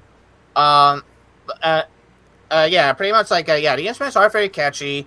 The chorus is fine and such. Like, pretty much, I don't mind them all too much. But the only thing that's really dragging the song back is literally the lyrics in of itself, and pretty much, like, now at least for me, this is the only song I have where pretty much I place it in C tier, actually. And all right, so honestly, I'm willing to make a compromise with you. If you still do like the song that much and such, I don't mind placing it B, because it is one of those songs where pretty much, like, if I had to listen to it once in a blue moon, then I don't mind that much. So if you put it in B, then pretty much let's put it right after there once was an entrant who ran away. Okay, and let me see. Let me think about it real quick. Because the only thing I don't like about the song is the lyrics. And also the fact that they use Salty and Harvey instead of Fergus and Spencer. That's the only thing I don't like. I mean, like, honestly, well, at the very least, I can understand why they didn't want to do, like, Spencer and such, because, I mean, like, to be fair and everything, like, Spencer never really was supposed, or at least originally, like, he's not really part of, like, the Fat Controllers Railway. He's just more like a private engine in a sort of way. And I'm guessing that's the same reason why they didn't want to include Fergus, because, like, even though Fergus does work for Sir Topham Hatt and everything, he only really just works in, like, one location instead of just, like, around the whole island. So maybe that's the reason why they didn't want to pick Fergus. I don't know, but But yeah, the lyrics are the thing that drags the song down for me. Yeah, so I mean, it's up to you. Like, if you still like the song that much, I'm comfortable with putting a B tier. Cause like I said, if not, okay, Yeah, I'm gonna put it and then B. yeah, that's fine with. Yeah, let's put it. So you will listen to Once an Engine Ran Away and Troubles and Trucks more. Yeah, pretty much. Yeah, definitely. All right, so this is the season 7 songs, and look at that, it formed an almost perfect L. Mm-hmm. An almost perfect L. So next up will be the season 6 songs, and this time Sako's gonna go first with because it's an even season. So our first song from season 6 is Never Never Give Up. Alrighty. Actually, for Never Never Give Up, I actually have a very interesting little story with this song. And Go ahead while I turn on the air conditioner here. Okay. So basically, for me, Never Never Give Up. The first time I actually heard Never Never Give Up was actually from a cassette tape. Actually, I think the cassette tape was from James and the Red Balloon, if I remember correctly. But yeah, pretty much, yeah. That was the first time I actually ever heard a song as well too. And, was it lower? Was it lower pitched? No, it was not lower pitched. I think it was. Honestly, I don't remember if it was lower pitched. So, like, because I think like by the time I actually finally did listen to like the music video version of Never Never Give Up, I think it was actually the same. I think it actually sounded the same as it did like when I listened to the cassette version of it and such. Because I asked that because it was lower pitched in some CD releases and cassette releases, but in the actual music video it was in the correct pitch. Okay, if that was true, because I think I do remember like because I think I do remember Never Never Give Up being featured on. I think I do have the song here. Let me see if I have it on my files. Let's see. Okay. Yes, I do. Famous I was going to say, like, I think I do remember like Never Never Give Up probably being on a cassette tape twice. Let me see. Yeah, it's probably lower pitch. I'm gonna play. Okay, go ahead. Let's see real quick. Let's see. Okay, it's not this one. All right, go ahead and listen to that. Go to the stream and listen to it. Oh. Okay. I only played 10 seconds of it, so so we don't get copyright. Okay, go right ahead. Oh, sorry. Yeah, go to the stream and you're gonna hear it. Oh, okay, I'm hearing it right now. It was lower pitched for CD releases. Okay. Okay. Then yeah, that sounds about right. Cause yeah, like I said, like, by the time I finally did watch the music video version of Never Never Give Up and everything, it actually did sound the same as it did with the cassette tape and such. So, but yeah, like pretty much that was my first time listening to Never Never Give Up, and honestly, as a kid, like it was one of those songs where pretty much where like I knew that like technically like it was a song that I never heard or at least seen before, and like a Thomas VHS or DVD before and everything. But pretty much at the same time, it was one of those songs where where pretty much like I didn't think much of it and everything, and like every time like I did listen to it and everything, like I kind of forgot about it as a kid. But now that I'm older and everything, and like I started listening to the music video. I started listening to the song and watching the music video version of it more and more and everything. Like, honestly, it's another song that like actually did grow on me a little bit, like as time went on and such. And honestly, yeah, like one thing I will give to the song and everything is that like the song has an amazing music video. I think, in my opinion, that's the best music video the show ever had. In my opinion, it is, and like pretty much the music video itself, like it's very interesting and how like pretty much on how like it's the first 10 engines and everything, and like. Pretty much as the song goes on and everything, like you see the number increase and everything, and like pretty much the number, and pretty much you see that number and you automatically know like okay, like pretty much like now it's this engine's turn to like get their own little montage and such about like how about like pretty much how like either they fucked up and such, or pretty much like are they gonna keep on going and everything, and they're literally never gonna give up and such. I was also gonna say one more thing. One thing I forgot to mention when we're talking about season 7 is that the songs felt very simplistic compared to other songs we're going to talk about later on. And I sort of feel the same thing with season 6, because this was Thomas was under a new production crew, and I think that crew wanted to simplify the show more, like we talked about before. I think season 6 was like a reboot for the show, a soft reboot in a way. Not a complete reboot, but just a soft reboot in a way. Yeah. Like pretty much like I definitely do agree. Like, especially with season 6 and such, like, there are some moments where, like, the songs actually do feel like, simplified and such. They actually do feel like, vastly different than like what we were probably used to when it came, with like the previous 3 seasons and such. And actually, that's ever going to be that's ever going to feel very true with the next song coming up real soon and such. But basically, like I'll save that for later and such. But yeah, so for me, in terms of like Never Never Give Up, again, like after listening to the music video and even listening to the song like more and more and everything, it's one of those songs that actually did grow on me. Like the more I listen to it, and the more that like I pretty much like I see the original music video and even see like fans recreating music videos with like pretty much I saw one where pretty much like the engines were replaced by the narrow gauge engines and such. We're pretty much like pretty much like pretty much now it's like complete with like different engines outside of like main characters as well too. So for me, like I have no problem placing a song up into A tier actually. A tier. All right. So for me, I've always loved this song as well. The first time I heard this song was in the greatest stories DVD, the second disc, and that was my first exposure to the music video. And ever since then, I've always loved this song.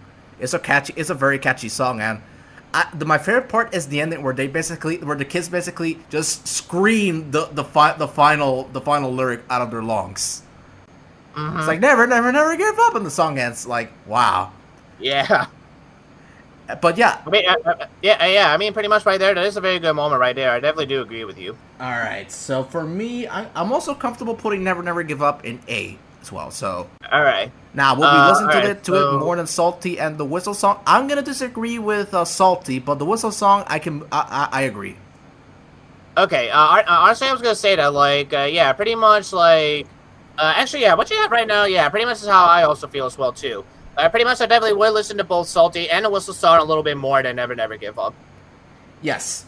So, next up would be... okay. Next up would be Boo Boo Choo Choo. Yes, Boo Boo Choo Choo. Yeah, alright. So, pretty much, like, yeah, remember what Bonnie and I were saying about, like, yeah, the song's feeling more simplified? And everything? Yeah. Pretty much, like, yeah, this song is definitely a grade A example of that, especially when it comes to the lyrics. But it's actually very interesting because, like, honestly, like, before we started doing this tier list and everything, I actually like this song. Like, it's honestly, it's one of those songs where, like, especially around Halloween time and everything, like, I definitely don't mind, like, listening to the song, like, over and over again. And, like, one thing I will give, like, the music video credit for and everything is pretty much, like, how creative, like, the team actually got when, like, trying to create, like, some scary situations for the entrance to be in and such. And another thing I also do like about the song is, again, like, pretty much, like, the instruments and everything, like, pretty much giving you, like, this eerie, creepy feeling as the song goes on and such. And even having the owl as well, too, like, popping up here and there, like, being the same little trickster that he always is. Which did scare some Thomas fans in the fandom. I've heard that story before, that owl scared them. Honestly, I could definitely see that being the case, because, like, yeah, like, pretty much like I said, like, the music video is actually very creative and, like, being as scary as it can be and such, and pretty much, yeah, I could picture some little kids, like, having the EBGBs, like, when watching this music video version of this song and such. Now, I will say, now that we're basically, like, listening to the songs and also, like, ranking them and putting them in tier lists that we feel deserves to be in, I will admit, when listening to the lyrics, it is very simplified in a way. Like, Too simplified. Yeah, pretty much too simplified. And I will admit, like, this is probably like the only like song from Mike and Jr. that actually does feel very repetitive at times. But I definitely will admit to that. But it's better than Ed Welch repeating the same bullshit over and over again. That's for sure. Yeah, like, pretty much, like, one thing I will give, like, Mike and Jr. credit, like, at the very least, like, at least the kids, like, make up for it with their vocal deliveries, and, like I said, pretty much, like, the instrumentations of it as well, too.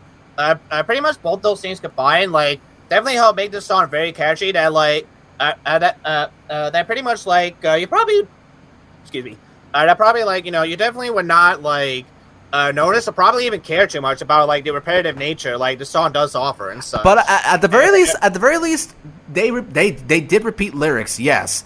But at least they made it sound like something different compared to what Ed Welch does, which he does basically repeat the same bullshit lyric over and over and over again without changing it completely. All right. Yeah, pretty much. And yeah, looking at the chat right now, James said he has a friend that considers Boo Boo Choo Choo to be the worst song from the classic era. Don't. And honestly, I mean, like, honestly, like, I could definitely see where they're coming from. Like, yeah, like I said, when listening to the lyrics again, I could definitely see how, like, this song definitely would fall on, like, you know, some people's worst song list in terms of the classic era. But for me, I still have enough of a soft spot for this song that for me, like, in terms of the tier list, like, I definitely would not mind placing it into B tier. B tier. All right. So looking at the lyrics right now, I got the lyrics pulled up in my tablet here. I'm gonna read some of the lyrics. Go ahead. All right. So let's read them. Go What's ahead. that moving in the corner?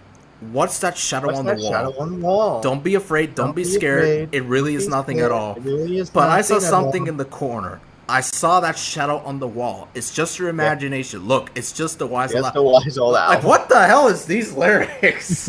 What Yeah. the hell is these lyrics? Like, it's like, wait, let me read that. Look, it's just the wise old owl. Like, no shit, we can do. It's the fucking owl, right? Yeah.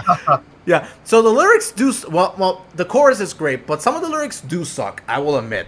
So I can understand why people rate this song very low, because the lyrics are very oversimplified to the point where, you know, it's just like a completely childish song.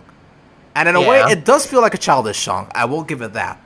But the thing that sells it for me is the vocal delivery and the catchy instrumentation. Like, trust me, go listen to the song right now and then come back to me and tell me that the instrumentation is catchy, because it is. So for me, Boo Boo Choo Choo, this is another one we're gonna have a little bit of a disagreement on. I'm gonna put it in A. Really? Okay. Honestly, I was not expecting you to put it in A. Honestly. Yeah, it's very good. I've always loved this song ever since I was a little kid. I've always loved it. Alrighty. Okay. Actually, you know what? Like, Okay, if you want, we could do one or two things. If you want to put it in A, I would definitely not mind. If you want, we could definitely at least put it like right in front of Never Never Give Up. If you want to do that. Yes. My second choice and option to you. If you still want to put it in B tier, then if you want, we could put it right in front of Troublesome Trucks. Like that little compromise, I definitely would not mind doing. Okay. I can compromise with that as well. Alrighty. All right. So go ahead and talk about the next song while I go ahead and use the bathroom real quick. So go ahead. Okie dokie. Alrighty. So up next we have is Winter Wonderland, and alright. So pretty much, if you were to tell me as a kid, out of the two like classic winter songs from Micah Jr., like which one do I like the most? I definitely would have said Snowstorm and such by a long shot.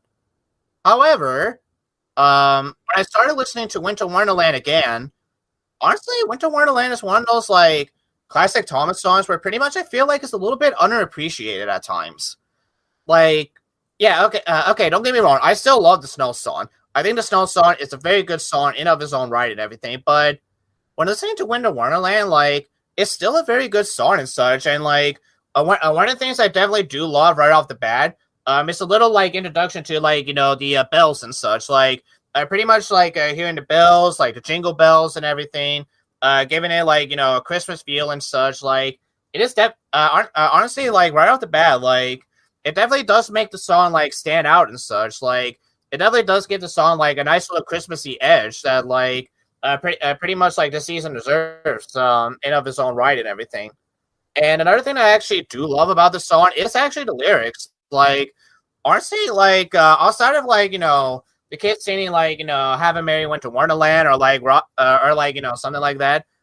Pretty much there was not one moment like in the song where like pretty much the lyrics were just like, you know, repeating themselves. Like pretty much throughout the whole song and everything, like there was definitely new lyrics like coming up here and there and everything, and pretty much like having the kids like pretty much going for like, you know, this angelic like, you know, choir sounding and everything when it came to them like wishing everyone a very happy winter holiday and everything, and pretty much like No.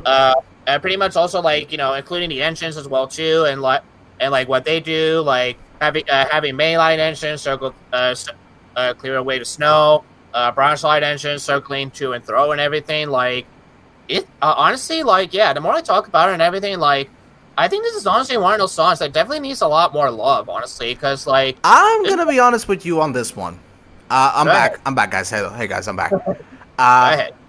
Winter Wonderland was the one song I always loved from the show. It was my favorite song from the show when I was younger, Mm-hmm. and it still was for a couple of years. But then, as I got older, I slowly started to get tired of it. And Yeah, like pretty much, I will admit, like it is one of those songs where, like, pretty much depending on how many times you listen to it and such, like it definitely does. It definitely does. I wouldn't say definitely. It doesn't get on your nerves per se, but it definitely is one of those songs where, like, yeah, you are gonna feel a little bit tired by it, but at the end of the day. yes, and also I was also gonna mention, uh, I kind of got sick a little bit about the song, and also the lyrics are pretty good, but the instrumentation is the thing that I really don't like about the song. Mm-hmm. Yeah, the vocal delivery is great, especially the ending where they basically just repeat "Oh, in our winter wonderland" and the song ends basically. The instrumentation is the only thing I don't like about the song. The rest of the song is pretty good. So go ahead, Yeah. continue. Go ahead. So pretty much, yeah, pretty much what I was gonna say. That like, honestly, Winter Wonderland is one of those songs where I feel like it definitely does deserve a little bit more love for some people. Like, and I definitely do understand why, like, a couple people might not like the song in the end, or like, I feel like when compared to the Snow song, it's a little bit like too generic, too like, pretty much again, as we always say, like oversimplified and everything. I still, honestly, I really do have to give an A for effort for like both Mike and Junior for really like making the song like catchy, like well, not just so much catchy, but also like really capturing the Christmassy, wintry feel of the song and everything. And again, this was a random theme that they did for season 6, and they used it for a song. Again, pretty much, that's yeah, genius. and like, I mean, like, yeah, for like that special song using for the that special instrument using for this song only, like for the music video, like, honestly, they did a really good job with it. That honestly, like, at least for me, I have the song featured. I have the song featured as an A tier. What about you? Well, this was tough. I have to admit, this was tough. But before I give my letter, CJ says it's a nice song, but I think the Snow song is a better winter song. Easily, no question about it. Yeah, Snow song demolishes his Winter Wonderland. Anyway, back to the ranking. Go ahead. I'm gonna put it C. Okay. I'm gonna say C. See, alrighty. So, okay, if you want, then for my compromise, if you want to place it at B, we can place it at B, and then pretty much I can let you decide. Like, out of the other 4 songs, where would you want to place Winter Wonderland? Okay. I'll leave it Does it there. leave- I'll leave it there where I left it. Okay. At the very end, yeah. Because Alright. I'm still pretty tired from the song because the problem with this song is that I overplayed it when I was younger, and the feeling of burnt out is still there every time I listen to Winter Wonderland, and that feeling just doesn't leave me when I listen to Winter Wonderland. That's why. Yeah. So yeah, next up would be I'll go ahead. Little Alright, Engines. Down by the docks. Oh, down by the AKA docks. Yeah, down by the docks. Yep. Pretty much AKA my first season 6 song that I ever listened to as a kid when I had James and the Red Balloon. I also did have James and the Red Balloon on VHS as well. Yep. So pretty much like the first time I listened to the song as a kid, I loved it and such. Like pretty much right off the bat, like as soon as the instruments started popping up, I was like, oh yeah, we got a good song right here. And honestly, like I still feel very strongly about the song to this day. Like pretty much the instruments and everything, and the kids singing, like it's a very dang catchy song from beginning to end and everything. Like I really have like no gripes, no problems with this song. Like I really don't have anything like that negative to say about it. Like I mean, again, like this is another song where like pretty much like even though the dogs like weren't featured like all the time, especially like in the very early season of the show and everything. The fact that like the crew like was still able to like find a couple of scenes like with the dogs like pre-season 6 and season 5 and everything, pretty much it helps makes this song like a lot more memorable, a lot more catchy as well too. Where you get to see like all the engines, like doing something related to the docks, and also pretty much like serving as a little roll call to like Salty, Cranky, and the shippers as well too. Yes, indeed. And again, this is no joke. This is something real. What I'm gonna say. Every time I visit a dock here where I live, the first thing that comes into my mind when I visit a docks is this song. I'm not joking about this. This is real. The song starts playing in my head every time I'm at an actual dock. I mean, like, I don't blame you. Like, pretty much, like, yeah, anyone that's like grew up with the song and actually lives near like a harbor or a dock, like, pretty much, yeah, you're gonna think about this song. Like, anytime like you enter a dock or a harbor and such, and for good reasons. Exactly.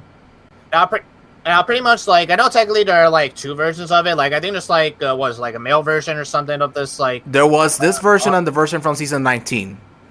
Yeah. Okay. So pretty much, like, at least out of the two versions and everything, I still like the original. At the end of the day, like, pretty much is still a very good song and such. And honestly, like, my love for the song is still so very strong that, like, honestly, I'm gonna place it in the A tier. And I agree with you there. This song belongs in A. I agree.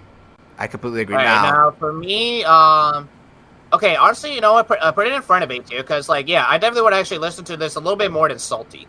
There we go. So yeah, I agree with you. I agree with everything you just said. I think this song is fantastic. I prefer the original version over the season 19 version. It's been a long time since I heard the season 19 version, so I can't comment on that anymore. But yeah, I've always loved "Down by the Docks."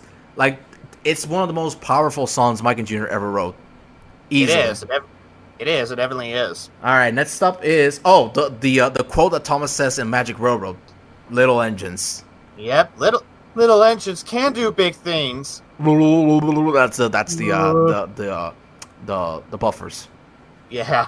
Alrighty. So pretty much, yeah. For little engines, honestly, even as a kid, like, I've always loved little engines, and again, pretty much, you know me, like, pretty much, I'm a big narrow gauge engine, like, fan and such. So pretty much, like, having a music video pretty much almost like dedicated to, like, the Scarloy engines in of itself and everything. Pretty much, like, I always love the song right off the bat as well too, and even now, like, at the end of the day and such, like, it is still a very good song and such. Like, pretty much, like, having a song dedicated to, like, engines and everything that some would consider small, probably weak and such. They probably wouldn't be able to do that much, but pretty much at the end of the day, and like, as the song suggests and everything, they may be small and everything, but they're strong enough to deal with those trucks and such. Yes, indeed. Pretty much, like, when they put their might to it and everything, like, sometimes it can be just as strong as, like, the big engines on the main line as well too. And honestly, just listening to that part and everything, like, it definitely does feel also like a little motivates the song for the little kids as well too. Pretty much being like, hey, just because you're little doesn't mean, like, strong, or, like, you can't do some stuff on your own as well too. Like, pretty much you could be big. Pretty much you can feel big and strong in your own right when you put your mind to it and such. Yes. Looking at the chat real quick. This was this is CJ commenting about "Down by the Docks." He said, pretty much a very catchy song as well too. Yeah, and say whenever I go to the docks, I think of this song. Yeah, I like I said, this is real. What I just said is real. This happens every time I visit the docks. So yeah. Anyway. Pretty much, yeah. All right. So for me, again, with little engines, like, I really don't have that much of a negative thing to say about it at the end of the day. So, pretty much like with Down by the Docks, I'm comfortable with putting little engines in the A tier. I think, yeah, I'm with you on that one. Yeah, it definitely deserves an A tier as well. So anyway. All right. For me though, I would definitely put it somewhere in between. Hey, you know what? Let's put it in between Salty and the Whistle song. All right. I'm gonna say, yeah, I'll put it there. Yeah, I'll leave it there. Alright. Pretty much, I was gonna say, if you want to put it between, like, Whistle Song and Never Give Up, that'll also be fine with me. Let me see. Let me take a look at it. Yeah, that actually works because I will listen to Little Engines more than the. Actually, no. Let me move it back. Oh. yeah. There we go. That's better. Alright. That's better. Next, and the final song from season 6 is James the Really Splendid Engine. This song needs no introduction. Yeah, and honestly, like, James the Really Splendid Engine. Honestly, this is one of those songs where, like, as a kid, like, sometimes I would like it, and other times I would be like, this song again. But honestly, like, again, this is another song where, like, the older I got and everything, and again, like, with me, I actually do like liking a good jazz number here and there and everything. this is a very perfect song to to pick for the brightest red engine James as well. And pretty much again, like it's another song that really does it really does a good job, capturing who James is. Like this nasty little red engine and everything that's full of himself. But at the end of the day, you sometimes can't help but to love. At the end of the day, you sometimes can't help but to love him and such. Because like I said, like he does have a very big heart, and pretty much with him being one of the few red engines on the island shore and everything, he's pretty hard, not to miss and everything. He's pretty hard not to identify and such. So pretty much it makes sense why he's so full of himself sometimes. Yeah, definitely. And the song definitely fits his character. It's based on the season 1 theme, and it fits him perfectly. Like the song is great. I don't have any complaints about the song. Honestly, me neither. So honestly, I'm comfortable with putting him into A tier as well. And for me, let me at least take a look at the notes. Okay, yeah. So pretty much, if you want, we could play. I agree. By the way, right. I put it in A as well. So yeah, this sounds pretty good. If you want, we could place him right in front of Down by the Docks, or in between Down by the Docks and Salty. It's up to you. The problem or is, if you want, we can also place the problem is that I don't listen to the song that often. I think this is one of the rare. Okay, then if you want to leave James as it is right there, then I'm also comfortable with that too. Yeah, I'll leave it there. All right. Next up. Oh, now we've gone into the actually great territory. Season 5. Yep. I think this season 5 was Mike and. Oh wait, I almost forgot one more thing. The score for season 6 that Mike and Jr. did. Like we stated, season 6 was a soft reboot, and yeah, the score definitely felt like a soft reboot. It felt more simplistic. They reduced some of the grandeur themes that were in season 5. But I think that, and I know that was the intention. But I don't know. It's good. I think it's better than the season 7 score easily. But yeah, it's inferior to the season 5 score. What do you think? Yeah, I mean, at the very least, I will give credit, there were still some good, new lyrics and everything that, or at least, I should say, good scores that Mike and Jr. did do for season 6. Basically, two that comes off the top of my head is Salty's theme and Harvey's theme. Both of them are still very good scores. They have their own rights and such. Yeah, especially Harvey's theme. Harvey's theme is amazing. Yeah, I definitely agree. So, at least in terms of season 6, there are definitely, and pretty much, I also do love, in a way, I actually do like how they also remake Diesel's Devious Deed as well too. Diesel's soundtrack as well too.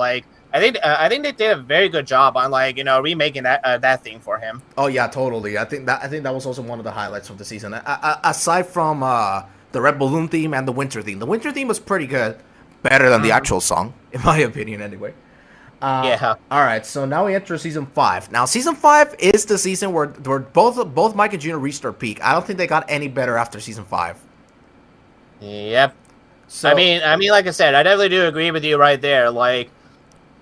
Pretty much again, pretty much coming from someone that grew up with season 5 and everything. I definitely do agree with you wholeheartedly that season 5 is just one of those scores where it's just you cannot forget and such, and pretty much I always said that, season 5, in a way, it feels like a grand mini-movie for, a Thomas and such, and pretty much Michael Jr. really, sells that part perfectly with some of their scores and such. Especially Percy's theme. I think Percy's theme from season 5 is the highlight of the entire season, in my opinion. Mm-hmm. Because you can see, you can hear in that theme that he has matured. Yeah, he's still pretty cheeky at times, but yeah, he's matured, like Thomas. Uh-huh. So anyway, let's start with the season 5 songs, and the first one we're gonna talk about is, let me find it here. Let's see if I can find it. Here it is, Comfort a Ride. Alrighty. So pretty. All right. Actually, no. Yeah, this is you first, because this is not season. Yeah. So Comfort a Ride was one of the very first Thomas song I ever heard, the very first, and it's easily one of the best Thomas songs ever. This song is so catchy, and the fast pace. This song is so fast paced that you can't help but bob your head up to it. It's amazing. Mm-hmm. And the music video is great as well, because you can see everybody moving to and fro and just so quickly. It's a really good music video, and yeah, the song is pretty good. I don't have too much to say on it. It's a really catchy song, and I mean, same here. I don't have that much to say on it either. The first time I listened to the song from Thomas's Tracks iTunes, no joke. Like, this is a song I would rewind almost every time, like, as a kid and such, because, again, much like how I was saying praises for Troublesome Trucks, I really do like, at least in terms of the music video, and even, like, the scoring of itself, and how really fast-paced this song is. Like, pretty much definitely you are feel like you're going for, like, a very nice ride and everything. I like pretty much, like, yeah, a nice, fast, and, like, ride with the engines as well, too. And pretty much, like, yeah, just having the kids, like, also singing very fast as well, too. Like, pretty much it's one of those songs where it's just, like, it's just so dang catchy and so memorable and everything that, like, pretty much there's no reason why, like, some other Thomas fans and everything, pretty much, like, love the, pretty much, love the song very much and remake their own little, like, music videos with it as well, too. Yes, totally. And I was also gonna say, my favorite part of the song is now we're really moving to and fro. Everybody laughing more. That part is always been my favorite part. Honestly, that's my favorite part right there too. Like, I pretty much, especially with the piano as well too. It's just like that's just so memorable and everything.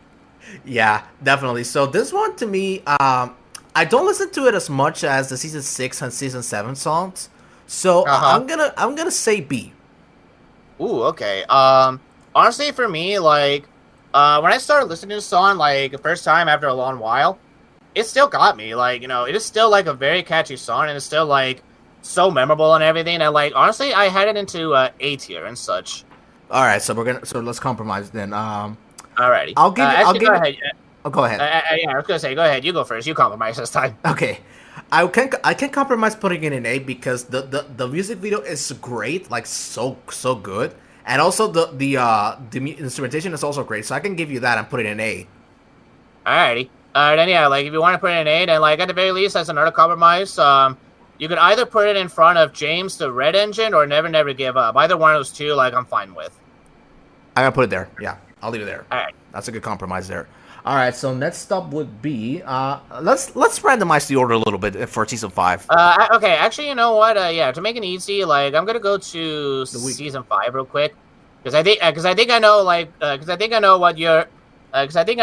what you were originally planning to do when you started placing pretty much like when you started with Comfort to Ride first and such. Yeah, so I'm gonna randomize the order a little bit for the next song. So I'm gonna go with. Hold on, like I'm almost there. I'm just need to find it. Where was it? Yeah, go to the wiki in case. Okay, here it is. Okay. Actually, no. Yeah, you're right. All right. So pretty much the next song coming up, actually would be Every Cloud Has a Silver Lining. Yes. So that's next. Beautiful. Absolutely beautiful. I think, to me, I know Bill and Ben didn't appear that much, but the fact that they got a song is mind blowing. Yeah. And the lyrics are amazing. Like every cloud has a silver lining, even when it rains. So don't get too downhearted, as things are bound to change. All you gotta do is wear a smile, and you will find your sun will shine. Genius. Those are genius lyrics. Those are genius lyrics right there. Like that's some genius songwriting right there. And yeah, it is. And honestly, like pretty much, at least for me, the first time I listened to it as a kid, I did not realize that like the song was actually using Bill and Ben's theme for like the instruments, and like pretty much like it's one of those instruments where you kind of figure like it probably would not fit like any song like per se and such. But pretty much, like, when you listen to it again, and even, like, considering, like, Bill and Ben as a character, like, at least in terms of, like, who they were for the first 5 seasons, it fits. Like, it really does fit them perfectly. Definitely. I agree with you there. I don't have too much to say on this song. I think the song is beautiful. Easily beautiful. And it belongs in A. Easily. Mm-hmm. What do you think? Yeah, honestly, same here. Like, oh, actually, no. For me, I had it in S, actually. Really? Like, I love the song very much.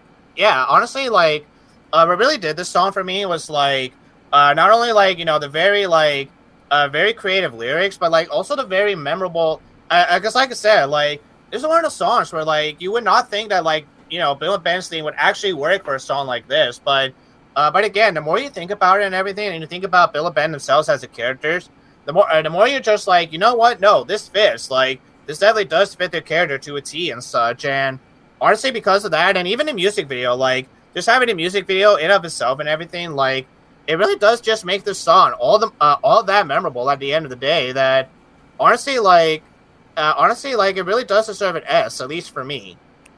Okay, so I can compromise with you there. I'll put it in S as well. Yeah, I'll Okay, compromise with you there.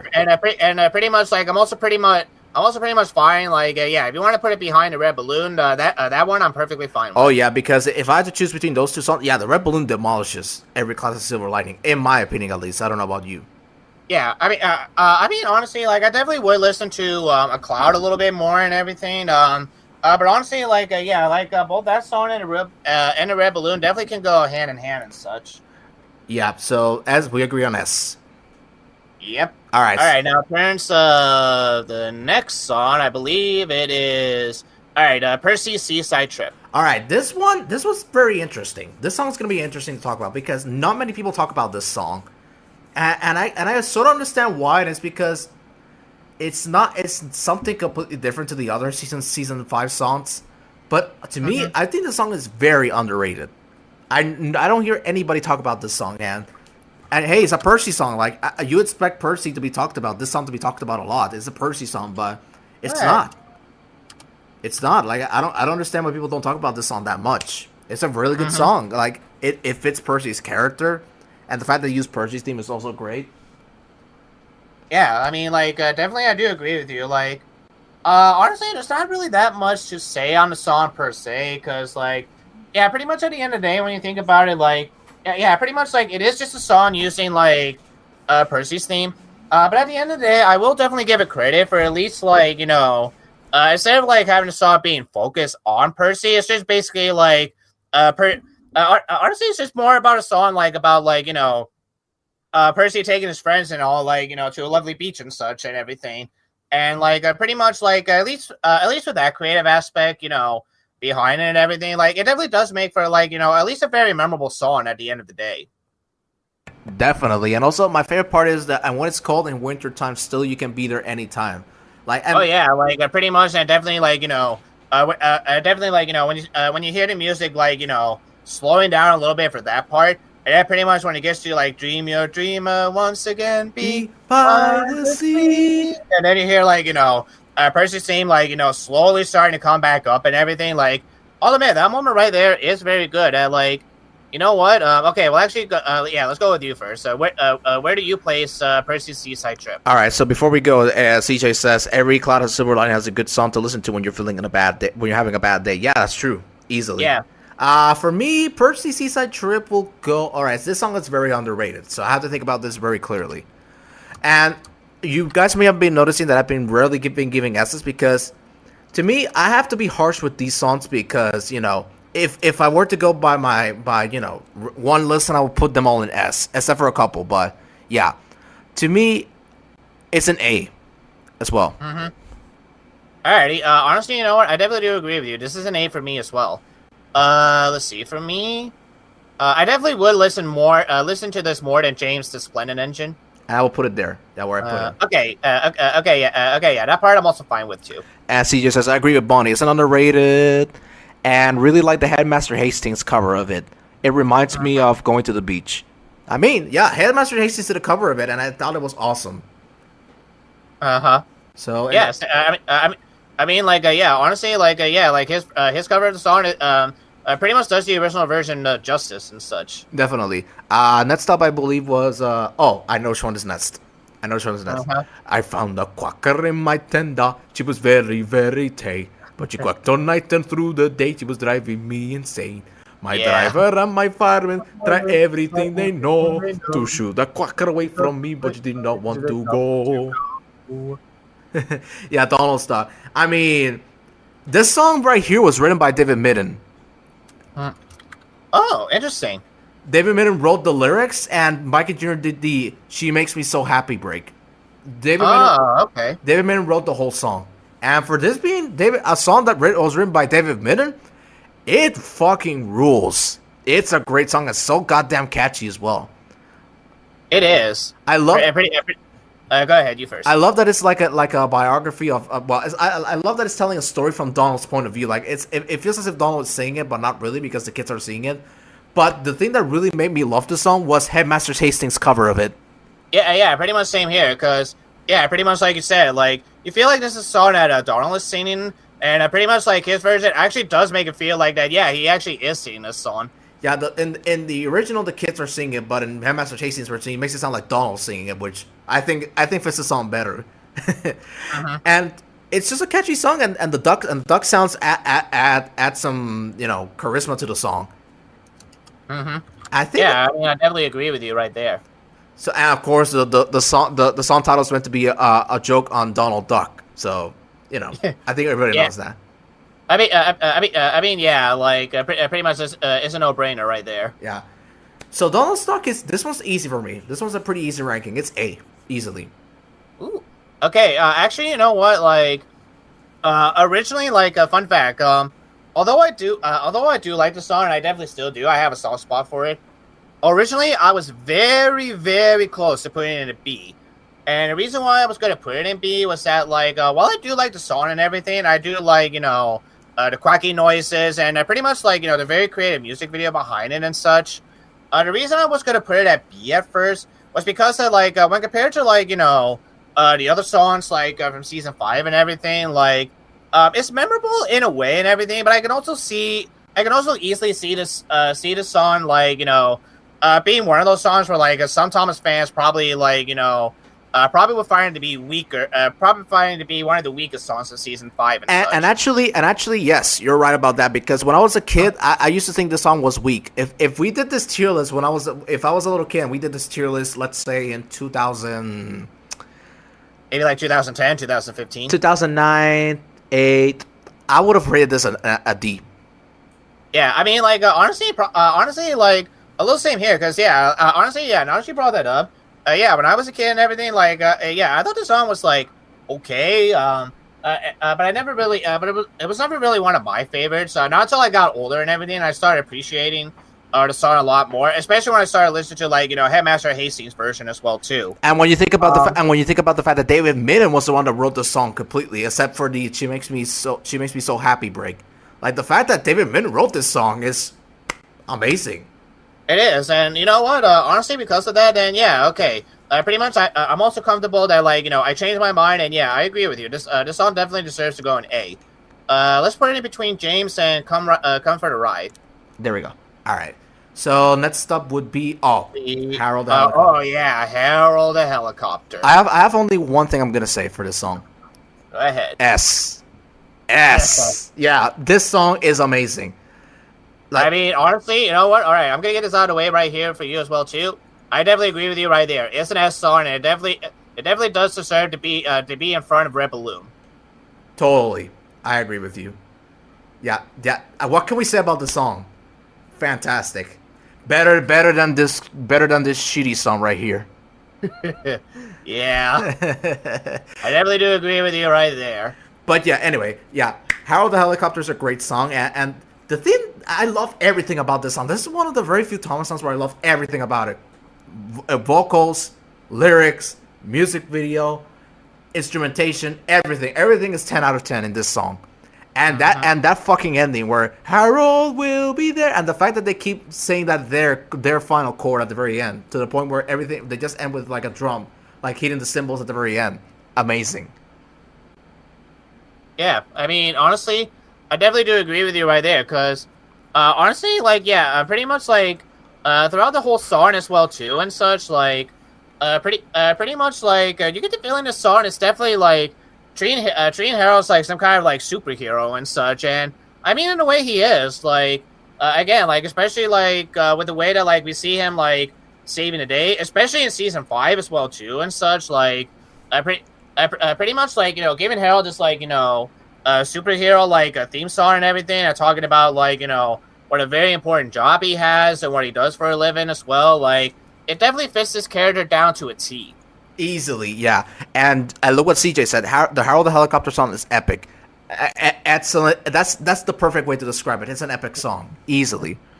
Pretty much James says, like, in Splatter voice, like, let's see what happens to the blue puffball when Harold the Power Chopper passes. Hey, really, Chops, hello. Hello. Yeah, classic scene. Yeah. I think yeah. So what's next? I think it was Snow Song, right? Up next, hold on real quick. Hold on. Go ahead. Uh,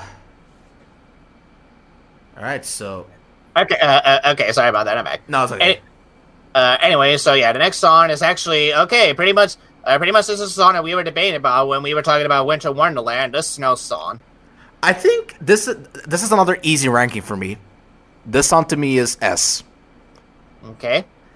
It's an easy S because it's better than Winter Wonderland easily, and the instrumentation is much more powerful than it was on Winter Wonderland. Whereas Winter Wonderland had some very mediocre instrumentation, in my opinion. This song completely corrects everything that wasn't good about Winter Wonderland and makes it amazing. And especially that vocal delivery, like "White Winter Wonderland," like that. The vocal delivery is the thing that sells the song for me. Is an S tier for me. Yeah. Honestly, all right. So for me, okay, pretty much like if you were to ask me like years before, like let's say high school and such, which song would I pick more, Snow Song and Winter Wonderland? Definitely Snow Song by a long shot and such. And honestly, like there is still a part of me that does love this song very much and such. Like I definitely do agree with you. Like the instruments and the vocals and everything, and pretty much like everything about it, and even the music video in of itself, like for the Snow Song and everything, pretty much like does this song justice and such. It does this song like a very great justice and such. You pretty much do feel that wintry Wonderland feel and everything with the snow and such. And like honestly, I definitely cannot lie. The ending and everything, like when the song is about to wrap up, and yeah, the children are saying "Please stay." Like honestly, like even thinking about it right now, I could easily see a lot of people like tearing up to like an ending like that and such. Especially if you're one of those people that definitely loves the snowy feel and such. I will say this: it almost got me in terms of tearing up. It almost got me, almost. But there's a song coming up that really made me tear up. Speaking of which, by the way, did we cover your favorite Thomas song or not yet? Not just yet and such. I mean, technically, like there was a lot of songs that like are my favorite, but if we're talking about number one, no, not yet. Actually, that number one song is coming up next. Actually. All right. So, and my number one's coming up much later. So. Alrighty. But anyway, pretty much as I was saying. So. So originally, like, yeah, I actually would agree. I would put it in S, but so pretty much this is the same thing what happened to you with Winter Wonderland.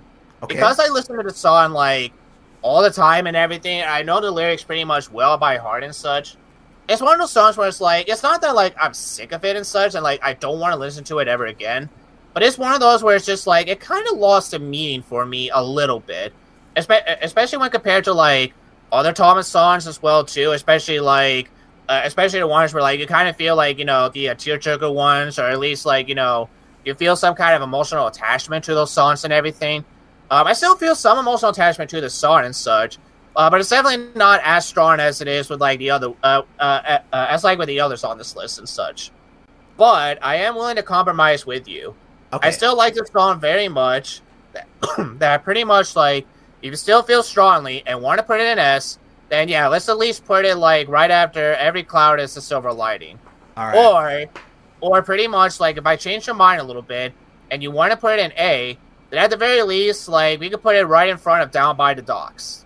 Okay, let me think about this real quick. Because I love this song, but like you said, you got a little bit burnt out on it. So I'm gonna say to compromise.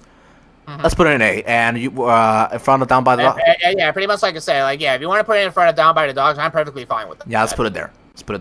All right, next up is. So that number one song I mentioned is Night Train. And actually, I listened to it yesterday when we canceled the first time we were gonna do this stream. I actually listened to it twice yesterday. And after listening to it, I can understand why so many people love this damn song. It's so great. Like it is like actually go ahead you first because technically I was going first. The song is like sung very low, like it feels like you're singing it like quietly so you don't wake up the other people, but they deliver the song easily, like, and the instrumentation adds to it as well. And to me, this song to me is While I don't like it as much as other songs, I can't deny this is another S tier, easily. Yeah.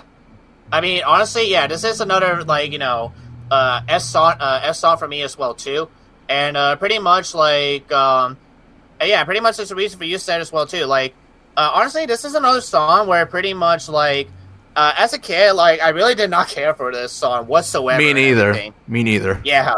But once I got older and like I started listening to it and even looking at the music video, I cannot lie. Like, okay, technically, like if we're going by like U.S. order and everything, and definitely by like VHS release and such, this is a very great song to start off season 5 and such, no doubt about it and everything. Oh, totally. It definitely kicked off the streak of great Mike and Junior songs easily. Pretty much, and like honestly, the things I love about it is like again like. The way the children are like almost like doing like a pre ASMR like a whispering sound like to where like pretty much like you definitely do feel like it's the nighttime and everything, and the only sounds that you do hear are just the engines like doing the nighttime deliveries and such, and pretty much like yeah, once you listen to that and everything and like hearing the woo woos and such from the whistles and such, like it really sends a chill down your spine in a good way, like. Pretty much like it definitely makes you feel like that yeah, life on shore is definitely very different at night when compared to day and everything, and like pretty much like again like seeing a music video for it and even the close-ups on like Thomas's wheels like moving and everything, like also some very good shots, and yeah, honestly like pretty much this song and even like a Headmaster Hastings version like pretty much gave this song like a much needed like upgrade that it really deserves and such. Totally. I'm 100% in agreement right there. Yeah. All right. Now, at least for me and everything, if you want, like, do you want to put Night Train at least in front of Red Balloon, like in between like Harold and Red Balloon, or do you want to? No. Okay, yeah, that works better. In the middle, yeah, in the middle, because Red Balloon is a whole different category, in my opinion. Yeah. So yeah, so I'll leave it there. That's a pretty good compromise I'm willing to make. All right. Next up is all right. Actually, you want to talk about a very overrated Thomas song? Yep. This is it. Accidents will happen. A lot of people not talked to. I've seen a lot of Thomas YouTubers I've seen have talked about. This song is so overused. Those stupid videos that those kids make with their Tomy trains. Oh, look, they're making it with trains. Oh, yeah, you can't. It's all over the place, and there's a good reason why the song is overplayed, because it involves crashes, and that's one of the things that made Thomas awesome. The crashes. Don't listen to that stupid BBC article that says the crashes scare children. That's false. Yeah. The crashes did not scare children. The crashes are the things that kids loved about Thomas. Mm-hmm. I mean, like, yeah, like, pretty much, like, I mean, yeah, let's be honest here, like, as kids and such, and pretty much especially, like, if you grew up with the classic series of Thomas, like, what's the one thing that, like, pretty much, like, outside of, like, the really, like, nice models and everything, and the nice sets, let's be honest here, like, especially, like, if you grew up with, like, Season 5 and everything, the one thing that you're definitely looking forward to the most when it comes to Thomas are the crashes and such. And pretty much, like, yeah, this music video and the song definitely highlights, like, pretty much, like, all the nasty accidents, all, like, the unfortunate crashes that the engines had to suffer and everything, and that, like, pretty much accidents will happen, like, not only sums up, like, Season 5, like, as a whole, but it probably sums up, like, the classic series as a whole as well, too. Oh yeah, it's easily, and yeah, I understand why so many people are tired of the song, because it was so. There was a time, if you're a Gen Z kid like me and Sakoa are, you remember the early days of YouTube where this song was really overplayed. Yeah, like honestly, yeah, as Barty mentioned, like I can still remember, like those very old videos and everything, like. And how, like, kids or, like, other, Thomas fans would use, like, the Tommy toys or Tommy toys or, like, the wooden railways and everything, and pretty much, like, remake the accidents using those toys and everything, like, pretty much they were kind of all over the place on YouTube and such. And I can understand why so many Thomas fans got tired of the song, because it was overused to a point where people got sick of it. And there's something about this song that I've actually noticed. Every time someone does a music video with accidents will happen, it gets loads of views quickly. Yeah. Which again, like I said, the crashes are the thing that made Thomas awesome. Like aside from the models and the sets, the crashes are the thing that made Thomas what Thomas was. Don't listen to people that say, "Oh, the crashes scare me. Oh, the crashes can scare little kids." Shut the fuck up. Seriously. I mean, like in some ways, like they're kind of not wrong because I do remember, like at least, like again, some season 5 episodes, like the one episode that comes to mind where were like, you know, I definitely do. I actually did feel like, you know, the intense action of an accident / crash was like, pretty much like, you know, the mine incident with Put Upon Percy and everything. So like, I can kind of understand where they're coming from with that and everything. But at the same time, again, like, you know, as kids that grew up, like, you know, with the classic Thomas and everything, we actually love the accidents for a reason. Yeah, and the fact that after season 7, the crashes became very, how did I put it? I guess you could say, like, kind of like cartoony in a way in some places. Not cartoony. I mean, they became very cliche. Yeah. Okay. Yeah. Okay. Actually, yeah. That's a bit. Yeah, that's a very better word. Cliche. Because yeah, like pretty much, like yeah, the crash only served to like pretty much tell the editors to be like, hey, wake up, stop being stupid. Yeah, and that took the fun away from the crashes because in the classic era, they were not afraid to show a terrible crash, like an actual crash where people got hurt. Look at a Better Before Gordon, for example. Yeah, pretty much. And as well, and you know, Rusty and the Boulder, where the boulder destroys the shed. That's another example. But yeah, after season 7, the crashes became very cliche, and they were heading that way with season 7, actually. Yeah. So anyway, Essence will happen to me, and now that we've talked about all this, another S tier. Easy for me. Ooh, okay. Honestly, okay, you know what? Okay, again, this is another one where pretty much, like, if you would have asked me, like, again, high school years, I definitely would agree with you hardcore that, yeah, it is an S.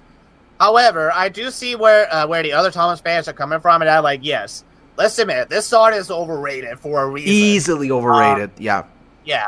And, like, because it is overrated for a reason, like, for me, like, the reason why I'm not putting it lower, I'm only putting it in A tier, is because, like, I have a soft spot for this music video because, fun fact, much like how Come For The Ride was, like, Barney's first music video, this was my first music video as a kid. And pretty much I still have a soft spot to it, for it to this day that, like, at the very least, like, if you still want to put it in S, then we can at least put it right after, like, Every Cloud Has a Silver Lining. Or if you want to put it in A, then we could do it like... Okay, that works. There we go. Actually, yeah, that works. All right, yeah, I'm fine with that. Yeah, and CJ, yeah, I agree with what CJ says. I agree. Great song, but overplayed. Yes, it is overplayed.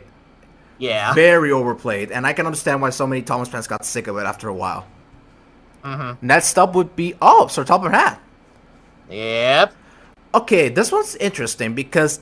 To me, this is the one season 5 song that I don't listen to that much, but every time I hear it, every once in a while, it's a pretty good song.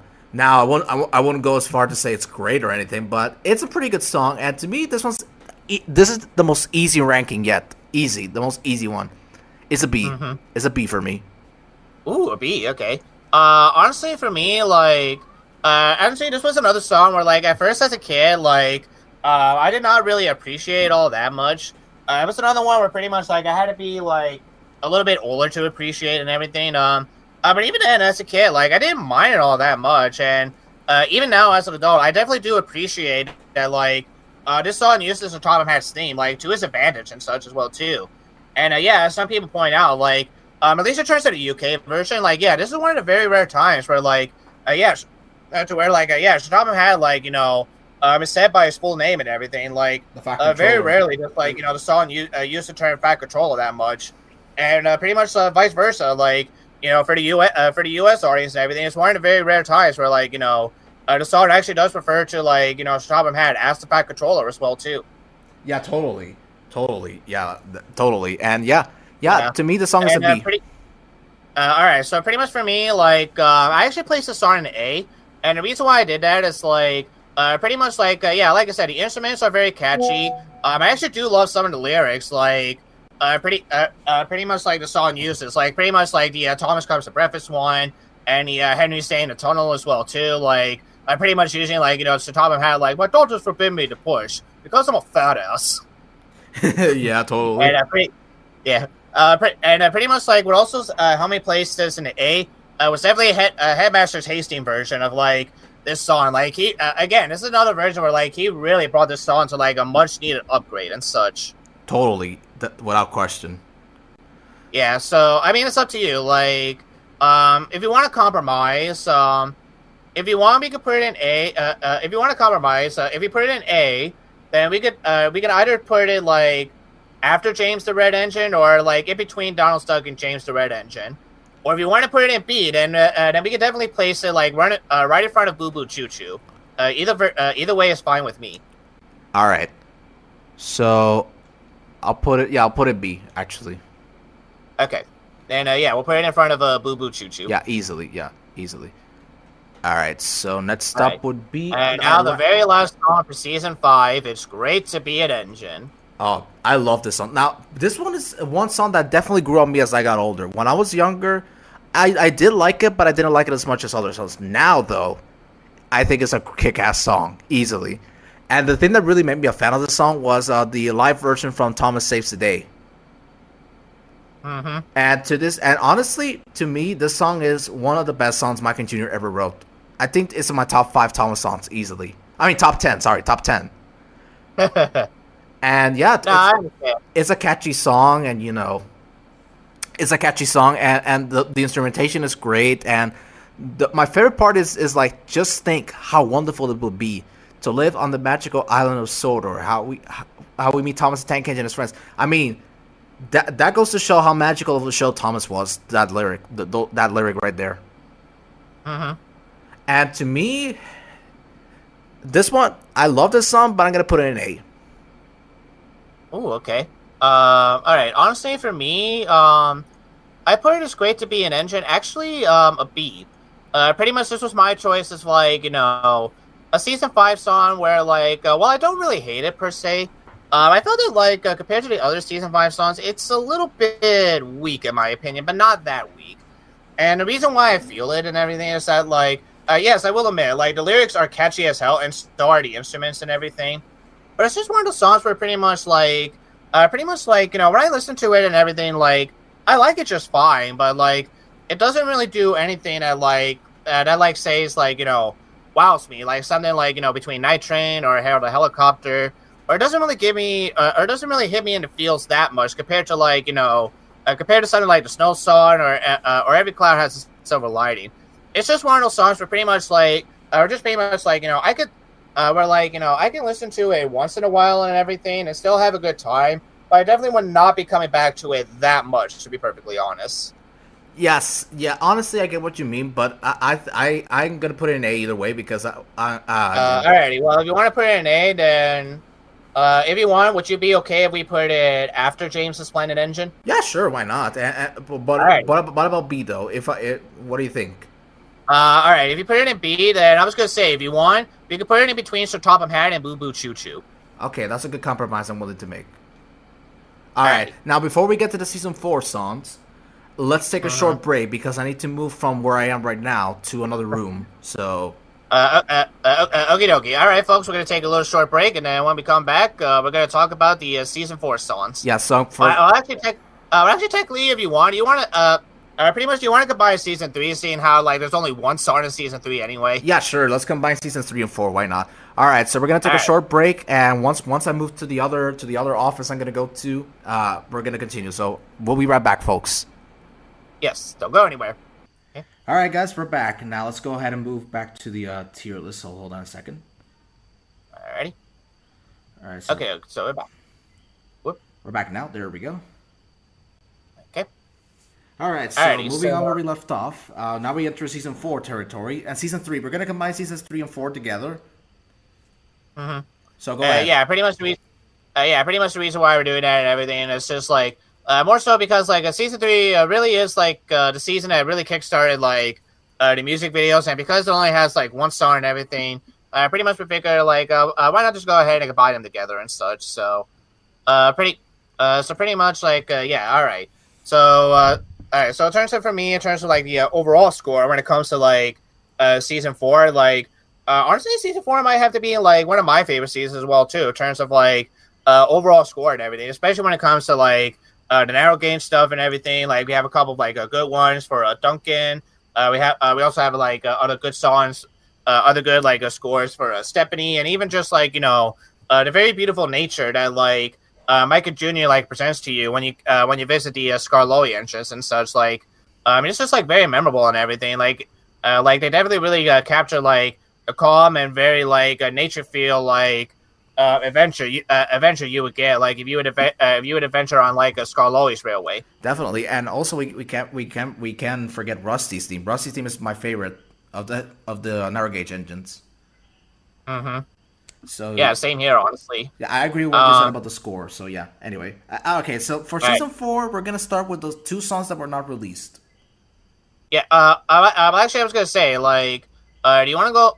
Okay, what do you want to do? Like, do you want to go by the order and technically when they came out in terms of like VHS for the US, or do you want to, or pretty much do you want to go in the order that it came out? When it came out in the UK, like with the cassette, like Thomas and the Best Kept Station. Let's do the UK version. Yeah, let's do the UK. Okay. All right. So then, technically, the very first song and what song to start off with, the Island Song. The Island song. So hold on. Yes. Let me just bring up my mouse. There we go. So the Island songs first. Alrighty. Go ahead. Alrighty. Yep. So all right. So the Island Song, like, honestly, this is another song that definitely needs no introduction, and honestly, it's between this song and another song coming up very soon, where it could definitely go head to head for being in like the number 5 spot in terms of like my top 5 favorite songs of like just like just like Thomas and Friends in general and everything. Like, pretty much, this is a song that really does capture like the magical feel and everything that Sodor brings. Like, you definitely do feel like it's one of those songs where you definitely do wish that like Sodor was a real place and that like you could actually visit there, talk to your friends, talk to the engines, probably even go for a ride with them as well too. Like, whenever they're pulling passenger duties as well too. And pretty much again, like coming from someone that loves the narrow gauge engines and everything, seeing some of their shots as well too, and pretty much like hearing like the beautiful voices of the children, like seeing what a wonderful place Sodor is and everything. You just can't help but to feel like a very charmed, very whimsical. Like, this is another song where definitely like it is easy, like a tearjerker for some people, and like it could really get you in like a really good mood.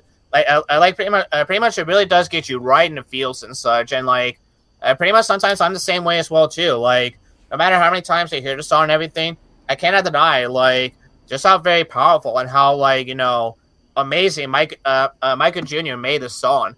Ever being like the very last song as well too to end off like the cassette of like Thomas and the Best Kept Station. Like, you could not ask for a better song to end off like a cassette tape like that. So for me, Island Song is a very easy S. I agree. Completely agree. And this is an easy one. Right there. Yep. For me, okay, yeah, okay, yeah, that's perfect. Okay, honestly though, okay, would you actually rate this?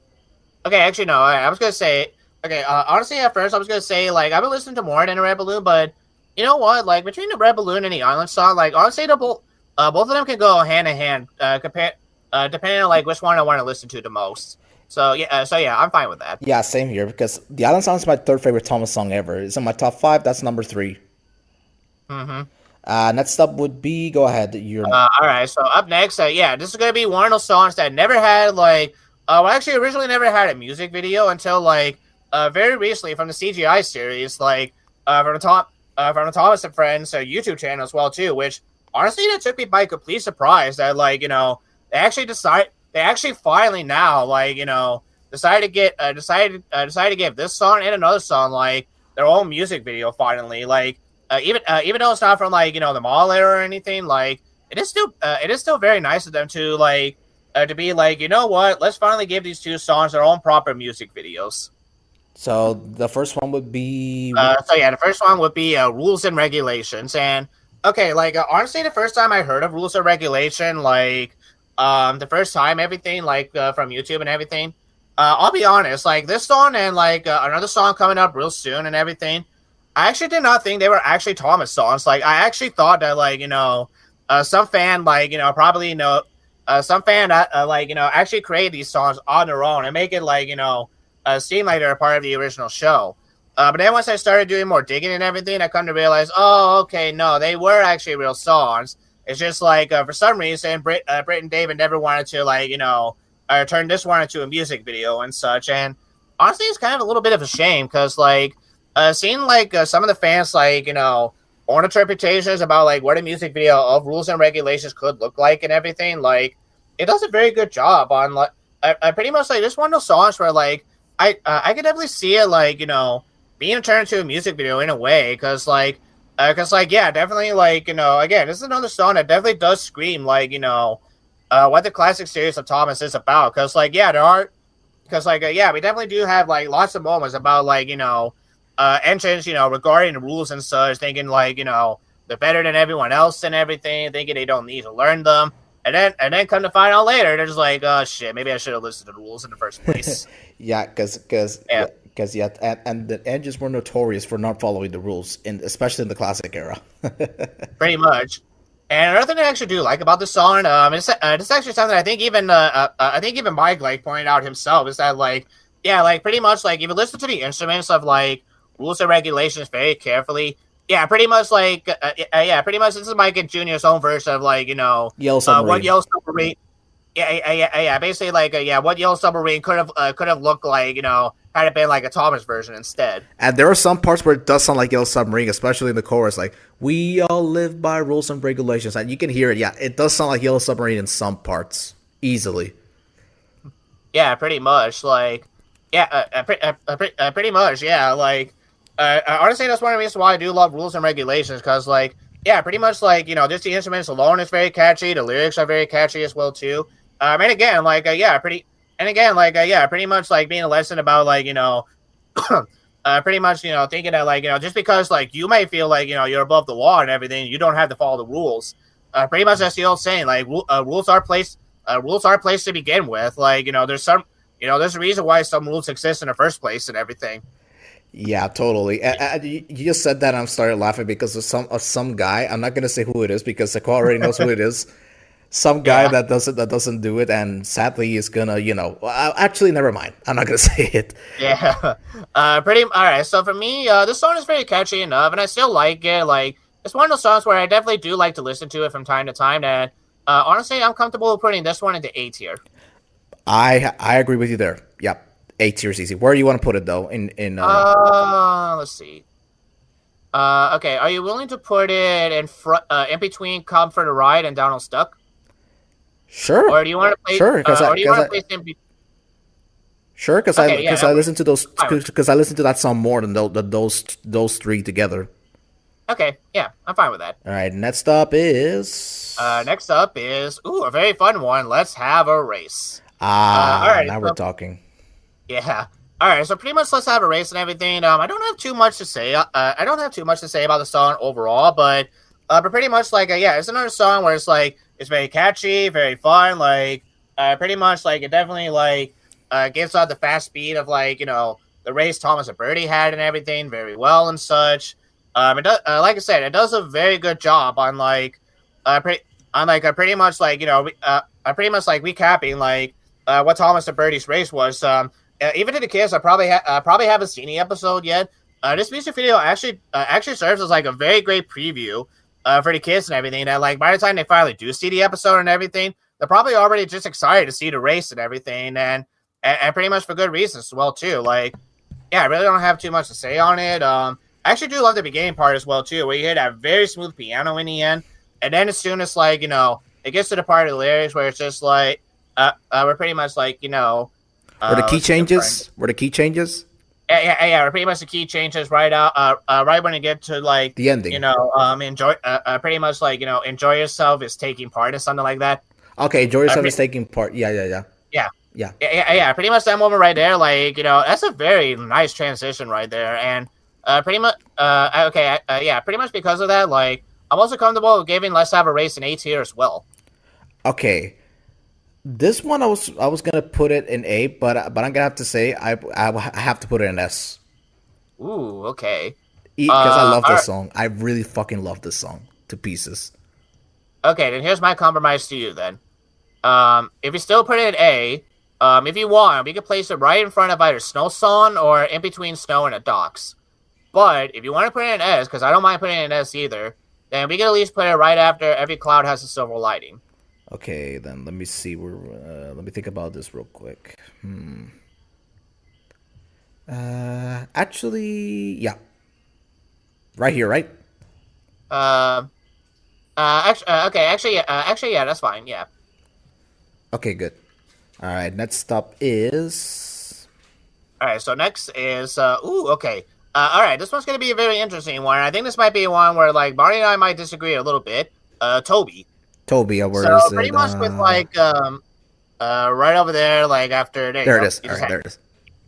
Alrighty. So pretty much with Toby's song and such, like there's another video, there's another music video where it's just like if I was just listening to it on its own and everything, like I definitely do like it and everything. It's a very nice song. Like honestly, it's a very perfect song capturing like who Toby is as a character. Again, like giving him a little backstory to the kids that like probably have not seen the first season. I probably don't know much about Toby and such.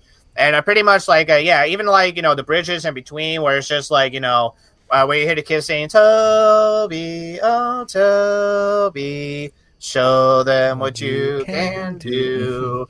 Pretty much that's a very nice moment right there. And honestly, like again, it's another song where I gotta give props to like Headmaster Hastings as well, because this is another song where like he really delivered on this song very well and such and everything. Totally, I have to agree with you there. Yeah.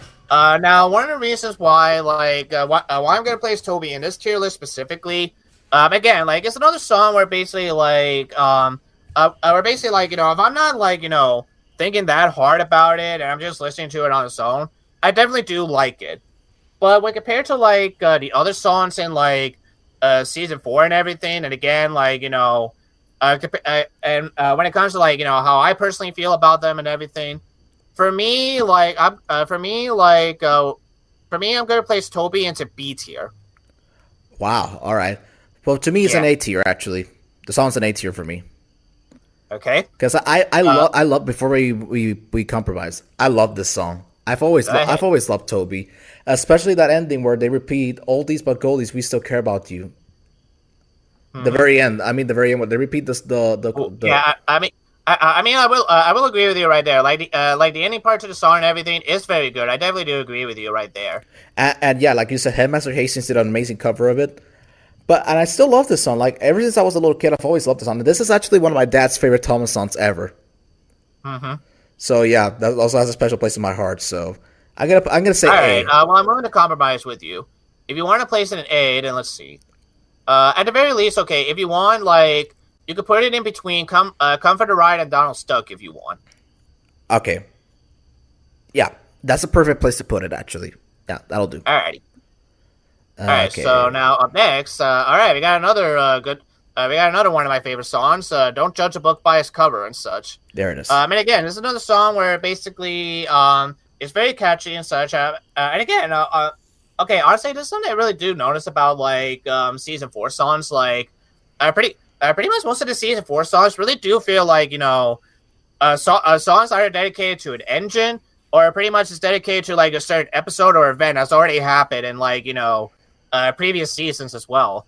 And I mean, like, pretty much it's not a bad thing because like I guess like don't judge a book by its cover. Like using Terrace's theme and everything and Terrace's story as like the base cover for the song and everything is actually a very smart move.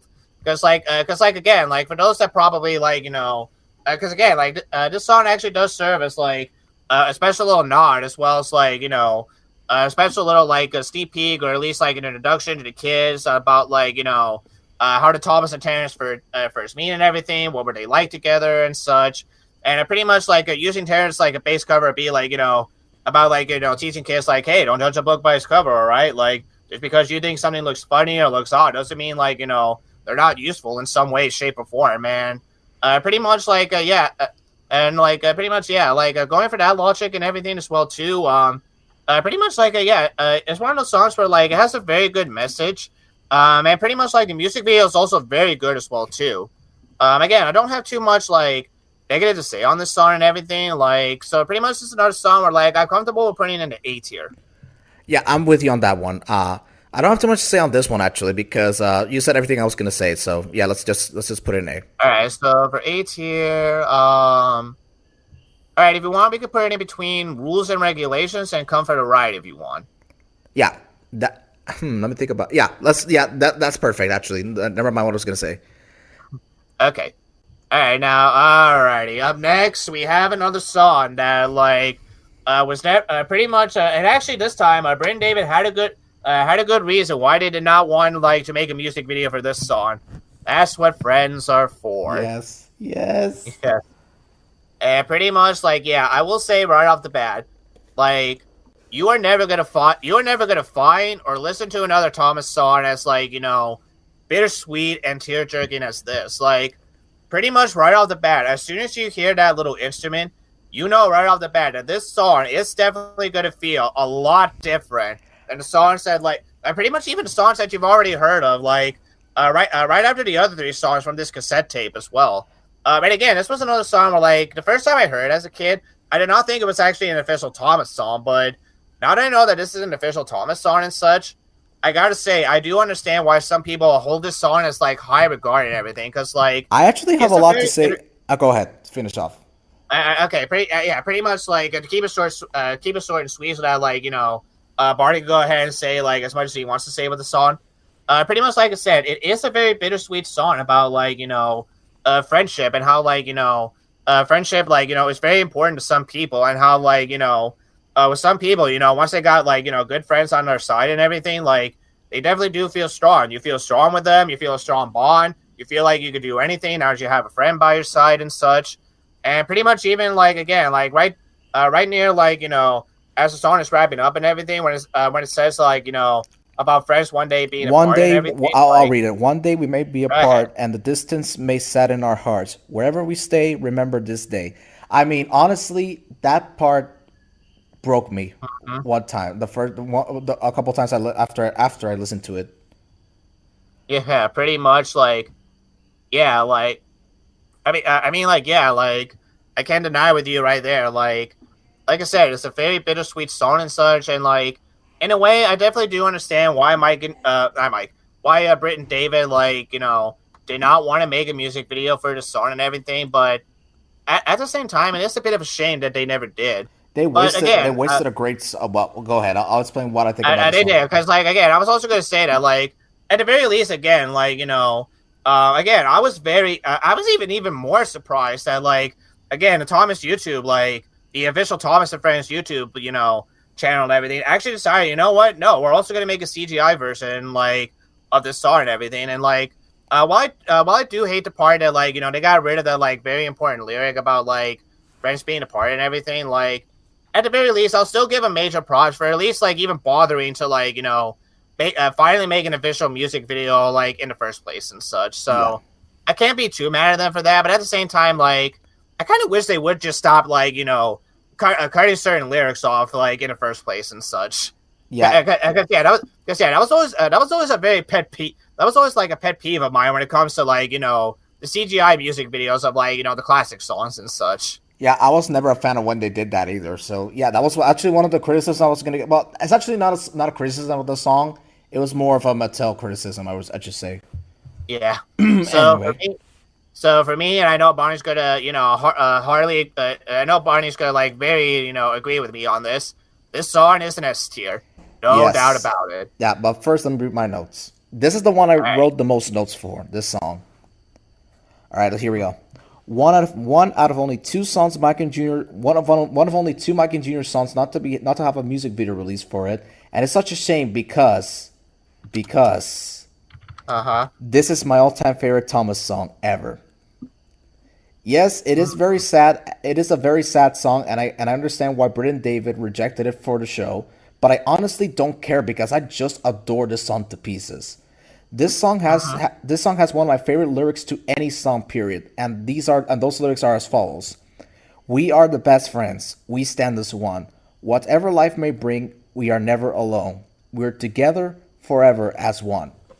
I mean, honestly, those lyrics, man, I love. Yeah, I mean, yeah. I mean, like I said, you know what?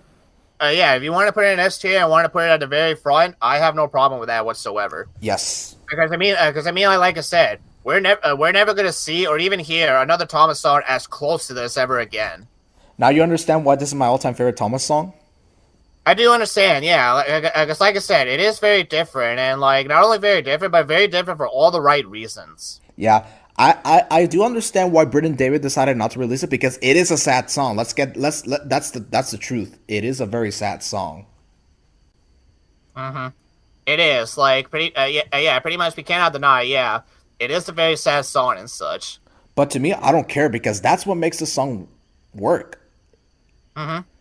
But yeah, I definitely do agree with you. But yeah, that song is an S song for me. I've always this ever since I heard it in 2000. Okay, long story short, Salty and the Whistle song were neck and neck in terms of my favorite Thomas song. Before I heard That's What Friends Are For, but as soon as I heard That's What Friends Are For, everything changed. We're never gonna see another Thomas song like this ever again. So yeah, that's why I put it in I S. understand. I definitely understand where you're coming from and such. So next up, we only got 2 songs left. Actually, I think. Actually, no, we got 3. Well, I mean, like in terms of season 4, yes, we got 2 songs. But in terms of both season 4 and 3, we got 3 songs left, actually. Okay, so go ahead. All right, so up next, so pretty much locally, before we got to like the tearjerker song, we have another very popular and again, some would actually say overrated song, and in a way, I don't blame them. But at the same time, how can you not love He's a Really Useful Engine? Yes. Thanks for bringing that up, I should say. I was gonna say about Really Useful Engine. Really Useful Engine is one of those songs where it's either you love Thomas's anthem or you love this song. And to be honest, I love them both, but I can honestly understand why Really Useful Engine is overrated because it wasn't Magic Railroad, it wasn't The Adventure Begins, and it wasn't in the original show. Which version do I like more? Magic Railroad, easily. I'm with you right there. Like I said, the first time, pretty much like as soon as the scene with Diesel 10, Toby tricking Diesel 10 to destroy the roof on top of him and splatter and dodge. Like as soon as that scene over, and I heard the beginning part of Really Useful Engine playing, little kid me was just like, no way, they're actually doing it. and pretty much the first time I heard that song, like that right there, I've always fell in love with the Magic Railroad version, like at the end and such, and pretty much it's that version alone that pretty much has made me appreciate the original version even more. And again, honestly, I actually really do like how the adventure begins. Really does treat the song with the respect that it deserves. Especially right in the end when they use it for the credit scenes. And let me be honest, when they use those Railway Series illustrations in the credits, I almost teared up. No joke. I mean, we can't blame you. Pretty much, you could not ask for a better way to celebrate. What was it, the 70th anniversary? Yeah, 70th anniversary. Yeah, 70th. Yeah, like I said, you could not ask for a better special to celebrate the 70 years of Thomas and Friends and such. 2015 was such a good year for Thomas. It was. It definitely very was and such. Yeah. So let's see if this year will be somewhat good because I don't have high hopes because the 75th anniversary was a disaster. But yeah, I digress. Yeah. Pretty much all right. So pretty much, getting back to Really Useful Engine and such. Honestly, even though it is overrated, honestly, I feel it's one of those songs where most Thomas fans can agree that is overrated all for the right reasons and such. Pretty much before Thomas continued to be on a show that would get overplayed and pretty much keep having more and more seasons as the years went on. Pretty much for the song when it came out when it did and everything, especially after the first 4 seasons of the show and everything, it really highlights Thomas and who he is as a character and everything. Pretty much it definitely highlights all the really useful stuff he has done before and everything, and all the really useful stuff he definitely continued to do after the song came out and such. Definitely pretty much the instruments really does give off almost kind of like a military type of a military march, yeah. yeah, pretty much like a military march or like a military patriotic song as well too. Like I pretty much covering your very favorite like blue tank engine and everything. It's basically, Pretty, I'm gonna say this right now, and people are gonna laugh at me. This is basically Thomas's version of the Star Spangled Banner.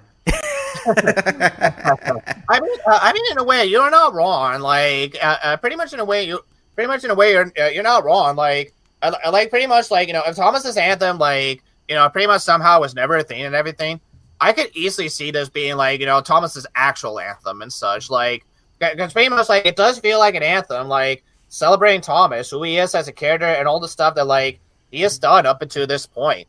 And pretty much again, when you see that music video and everything, like and especially I love the lyrics as well too. When it gets to like "Little Blue Train," he's Oh yeah, always that's the best part. there. That's the best Yeah, part. like especially when you see him like push the breakdown train to the side and everything. Like that part right there, and even just like the whole music video as a whole, especially when we got to the end.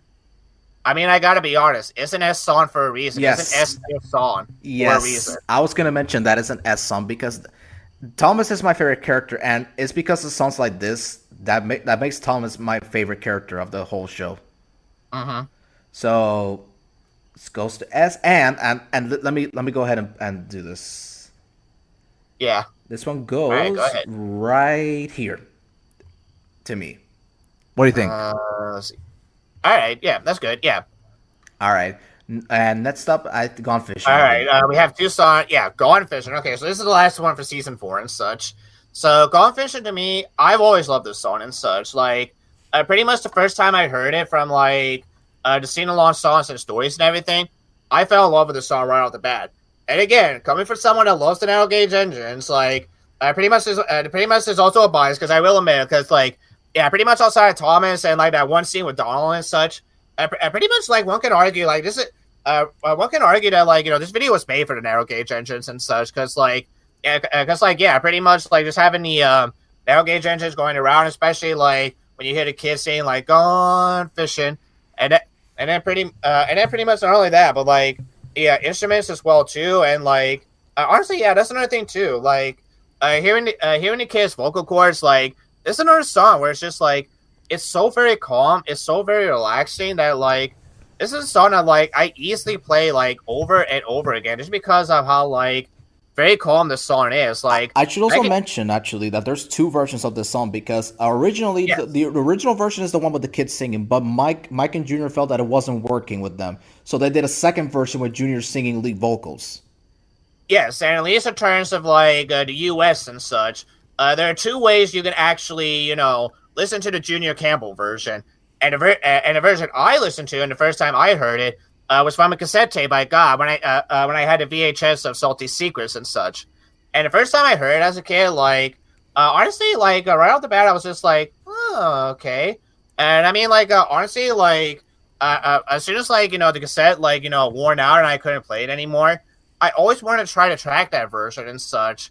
And sooner or later, once I finally did find a version, and then once I did find a version and everything, I was like, oh, okay, so this is where it came from. Because yeah, pretty much like yeah, the first time you can actually listen to Junior Campbell's version is if you have the Rusty to the Rescue. Rusty to the Rescue, whether it be from like VHS or DVD and such as well too. So pretty much like yeah, we had Rusty to the Rescue and everything, and that was another way for you to listen to the Junior Campbell version. Because otherwise, like, if you have the sing-along version or even the cassette version, and yeah, it's going to be the kids and such. Which, honestly, I still don't mind the kids either way. Because, like, honestly, like, I kind of disagree with, like, Mike and Junior in a way. Because, like, in a way, I do feel like the kids still do work. Like, the kids actually still do a very great job on, like, pretty much capturing, like, the calm and relaxing feel that some people have, like, when they do go fishing and everything. Because, yeah, when you do go fishing, like, pretty much fishing requires lots of patience and Yes, such. and this is coming from someone that's gone fishing twice, so I can relate to it. Yeah. So, pretty much, like, it requires lots of patience, lots of quietness as well, too. That pretty much, like, when you hear a song like this and everything, it does capture on, like, what going fishing actually feels like for some people and such. And pretty much because of that, like, this is another song that's definitely an S tier for me. Okay, I wouldn't place it that high. I'm gonna say I don't listen to this song that much, so this is gonna be tough. I have to think about this. Uh, to me, Gone Fishing is an B. B? Okay. Alright, well, if you want, then for my compromise, I'm willing to place it in A, and you can place it right after James the Really Splendid Engine if you want. I agree with that compromise. I'm completely fine. All right, Okay. so if you made it this far into the stream, we're just about to conclude because now we've only got one more song left to go, and that is the one that started it all. Thomas's Anthem, man. Technically, this is a season 3 song, so if you want to go first, go ahead. You go first. Yes, and I'm gonna keep my thoughts short because I'm gonna say everything I said in my original season 3 review before it got taken down. So what I said in that review was that for this being Michael Jr.'s first song, they delivered. They delivered easily. This song is amazing, and this song is amazing, and no wonder why so many people love this song. It's an amazing song. I don't have too much to say on it. It's an amazing song, and it because it's Thomas. You know, there's no need for an introduction. It's Thomas, and it's an S tier song for me. Mm-hmm. Yeah. I mean, honestly, I do agree with you right there, because, like, yeah, like, yeah, what is there to say about Thomas's Anthem that hasn't been said already? Like, pretty much it's another song that's overplayed, but again, for good reason. Like, honestly, I will say, like, I do like the grand finale version from, like, the 10 years of, like, Thomas the Tank Engine a lot more and such. I do as well. Yeah, that's the best version of the song there is. Yeah, but honestly, even with the original version and everything, I still like it to where it is. That honestly, okay, honestly, I wouldn't place it too high in the S. Like, the highest I would give it is, like, an A tier and everything. Okay. But if you, okay, actually, yeah, that works. Where do we put it? If you do want to place it higher than A, then, and basically, like, you can place it right in between Percy's Seaside Trip and Rules and Regulations if you want. All right, let me think about this here. Let me think about this, because I also have to take what I think of the song in consideration, so let me see. I